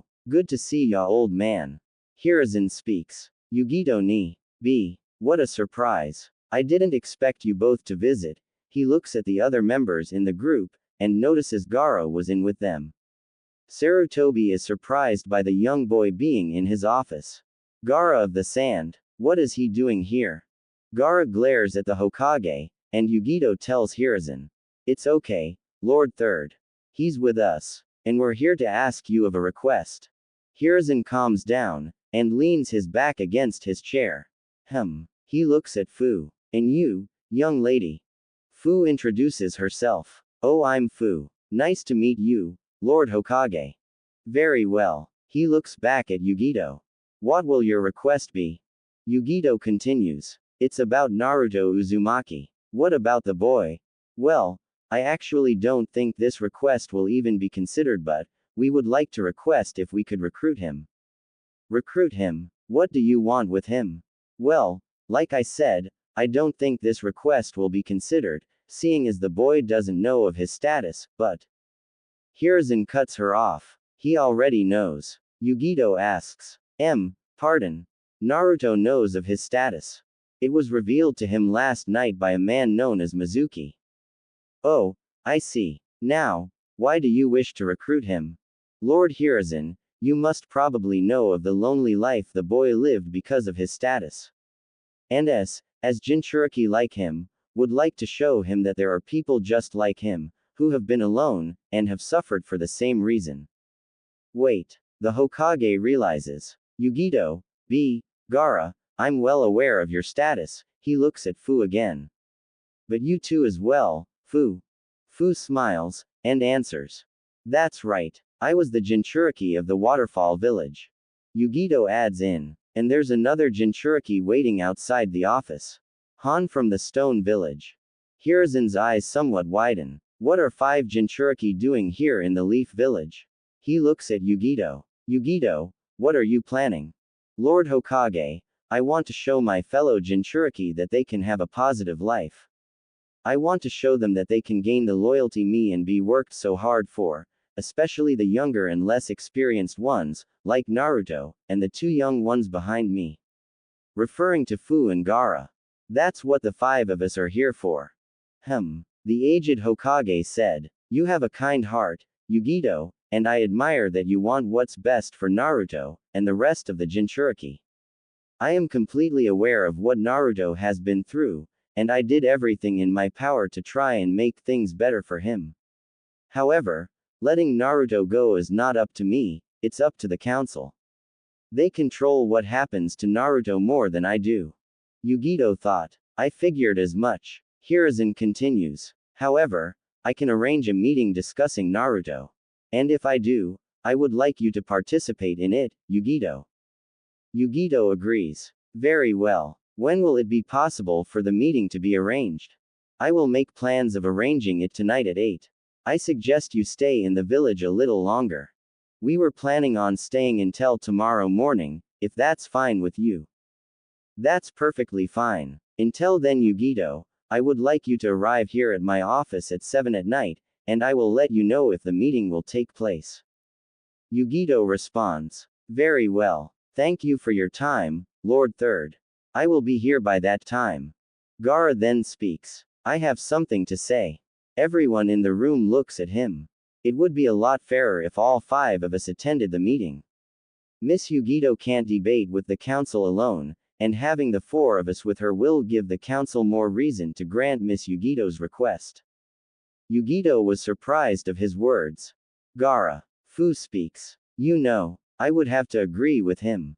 Yugito, you need all the help you can get, and we'd be willing to help you bring Naruto with us. B agrees. Count me in too. Yugito lightly smiles, and looks back at the Hokage. Well, Lord Hiruzen. Hiruzen says. He does make a valid point. Very well, I shall allow all 5 of you to attend the meeting. Yugito keeps her smile on. Thank you, Lord Hokage. But be aware, You will be going up against the clan leaders of the Leaf Village, and civilian council members. Use the right words, and make your statements or reasons as accurate and reasonable as you can. You don't want to make this a waste of time for the council, so all four of you, and the man waiting outside, be well prepared for tonight. We will, Lord Hokage. At 7 at night we'll be here. Hiruzen agrees. Very well. You are dismissed. With that, the four containers exit the office, and Yugito closes the door. They begin walking, and Yugito looks at Han.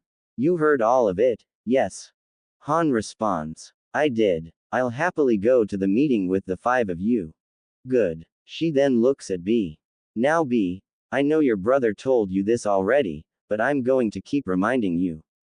Please don't use any sort of rapping, or slang talk. For them to be convinced of our reasons, we have to sound. B cuts her off. I already know, Yugi sis. I ain't 12 anymore, ya know.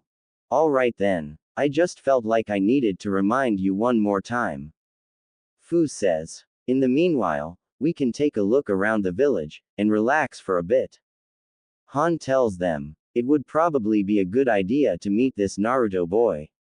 If we do succeed in bringing him with us, then he should know who he's going to be leaving with. Yugito puts her hand on her forehead. Aw damn it, I forgot to ask the Hokage where we can find Naruto. Fu says. Then go back to ask him. No, we've already used enough of his time. I don't want to go back to his office just to ask him where Naruto is. Fine, then. We'll find him eventually. But for now, let's rent a hotel for us to crash in. They proceed walking through the halls of the Hokage Tower, until they exit. Once they were outside in the village, the Leaf Ninjas and villagers take a look at the Jinchuriki group again. This time, all five in the group notice everyone was looking. Yugito and B look back at the Leaf people. Fu gets nervous that the staring might turn into glares, and Gaara and Han didn't seem to care. The staring continued until they reach a hotel, and quickly rented 2 rooms. One for Yugito and Fu, and another one for Gaara, B, and Han. With the kunoichi, the two of them put their bags on the beds. Fu says, man, that was terrible. I know the 5 of us look like a weird group, but did everybody need to stare at us? I felt uncomfortable. And I was scared they were going to glare at us. Yugito says, you're new to the village, so they don't know about your status. There's no need to worry about glares. I know. It's just that at the Waterfall village, when people stared at me, their stares turned into glares, and it's just something I'm used to, is all. Fu's stomach grumbles, and she holds her belly. Man, I just realized. We haven't eaten anything all day. Let's go get the guys, and stop at a restaurant. I'm pretty hungry myself. Let's leave our stuff here. It won't be necessary to take them if we're coming back. Okay. The 2 kunoichi exit the room, and ask the guys to come with them. All 5 of them exit the hotel building, and start walking on the streets of the Leaf Village. Yugito asks them, so, what would you guys like to eat? Han says, anywhere is fine with me. Fu says, I'd like some fruits. B says, I wanna eat some bacons. Yugito asks, what about you, Gaara? Gaara responds, I don't care where. Well, alright. She notices a familiar food stand near them. Oh, how about there? Fu looks at the stand. Ichiraku Ramen Shop. Yes. Naruto told me how much he loves the ramen in that stand, and told me he goes there almost every day. Maybe the owners can tell us where he likes to be in, or where he lives. I didn't ask Naruto where he lives the first time I talked to him. Han says, sounds like a good idea. Fu says, sure, let's eat there. B says, whatever. The group walks up to the ramen stand, and Yugito was about to enter, but someone exiting the stand bumps into her. The person says, oh, sorry about that. Yugito responds, it's alright. She then notices who it was, and smiles. Naruto. It was indeed the spiky blonde-haired, whisker-bearing, jumpsuit-wearing boy we know, Naruto Uzumaki. He looks up at her, and smiles as well. Yugito. He hugs her, and does his trademark foxy grin. It's good to see you again. The others look at the boy, and he releases Yugito.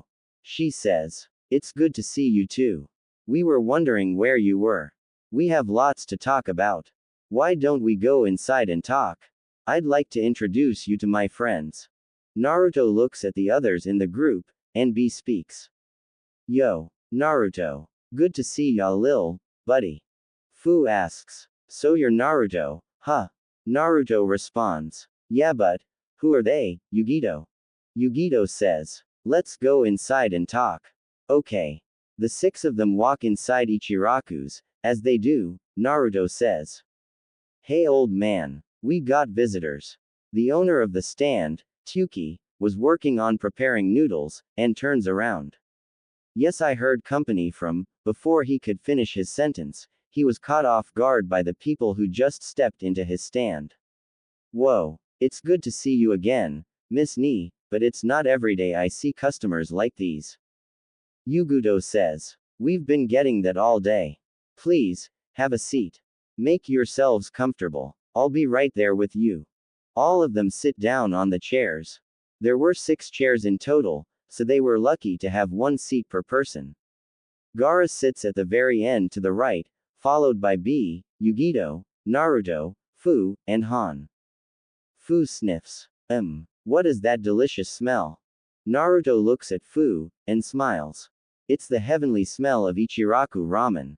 Yugito says. You folks have to trust me and Naruto when we say that these will be the best noodles you'll ever eat. Fu smiles. I can hardly wait to try it. Naruto says. Yeah, I just ate, but I could eat 10 more bowls of noodles if one could. I don't have much money, though. Yugito says. I'll buy you a bowl of ramen, Naruto. But only one. Naruto looks at Yugito. You'd do that. Thanks, Yugito. You're awesome. Yugito happily smiles. Oh, it's nothing. After a few minutes, the 6 of them receive their bowls ramen, and begin eating. Fu eats the noodles with delight. Man, this ramen is delicious. Yugito happily says. I'd knew you like it. Naruto looks at Yugito. So Yugito, what did you want to talk about? Yugito answers. Well, for starters, I wanted you to meet my friends. B introduces himself. Killer B, in the flesh yo. Followed by Fu. I'm Fu. Nice to meet you, Naruto. Then Han. You can call me Han. Naruto says. Good to meet you all. He then looks at Gaara, who was quiet. What about you? Gaara simply says. Gaara. Naruto says. Okay. He looks at Yugito. Why did you want to introduce them to me? Yugito answers. It's a little bit of a long story. She explains as the others eat. You see Naruto, me and B started a mission to look for special people. Those people have gone through a lonely, miserable, or betrayed life. My goal is to reunite those people, to show them that there are others like them who share the same past, for the same reason. All 6 of us, we've gone through that. Sounds cool. Is there anybody here in the leaf you want to find? Yes. He's right next to me. Naruto looks at who was next to Yugito. Who? Killer B. He doesn't seem to be from here. B says. No, it's you, fool. Ya fool. Naruto looks at her, and back at Yugito, in confusion. Me. Why me? Yugito explains. Well Naruto, let me ask you something. How was your childhood like? Naruto thinks about it for a few seconds, then speaks. It was lonely. I'm an orphan, and I don't know what happened to my parents. Everybody looked at me bad, too, as if I was some sort of. He stops. Yugito says. The Hokage told us that last night, you found out something very big about you. Oh, he looks down at his bowl. Yeah, he then comes to a realization. Wait, you said you've all been through the same thing, for the same reason. Does that mean you all have a? Yes Naruto. All 5 of us sitting here with you, were like you. This causes Naruto to widen his eyes, and it even catches Tuki by surprise. Naruto stutters. You all have a. Yugito finishes his sentence. A demon inside of us? Yes. That's correct. Tsuki was more surprised than Naruto. Having 6 demon containers in his ramen stand. It's insane. In his head, he imagines all 6 of them as silhouettes with glowing red eyes that turn into ferocious beasts and blow up his ramen stand, only to find himself back in the real world, looking at the group having their conversation. Tsuki says in his thoughts. I thought one of them would be fine, but 6. I don't know what will happen when the whole village finds out there's 6 of the demon containers in here. Naruto, on the other hand, was speechless. Seeing 5 more people that are like him, it causes him to give out a bright smile in front of his fellow Jinchuriki. He yells, Yugito, and immediately hugs her again. If I get to be with a bunch of cool-looking people who are just like me, I'd love to go with you wherever you're taking me. Yugito hugs him in return, and he lets go of her. It's so awesome. Finally. People that can understand me. That know how I feel. That can relate to me. And can maybe even respect me and start treating me like I'm somebody. Somebody important. He looks at Yugito. Yugito, I'm going with you guys. It's a chance I can't miss. Gaara says in his thoughts. What an annoying kid. Yugito stops Naruto. Now hold on, Naruto, we would love for you to go with us as much as you do, but we need to speak to the council of the Leaf Village first. They'll decide whether you can go with us or not. Thankfully, we'll be speaking to the council tonight. Naruto gets a bit frustrated. Man, why can't I just get up and go without their permission? Han says. Because you're property of the Leaf Village. They can't just let a container like you go. Fu jokingly says. Unless you live in my old village. They didn't care at all when I left. Naruto crosses his arms. Well, I wish it was like that for me. Yugito tells him. Don't worry, Naruto. We'll be seeing the council tonight, and when we do, we'll come up with the best and most accurate reason as to why you should come with us. She smiles. Just you wait. Naruto smiles back at her. Thanks, Yugito.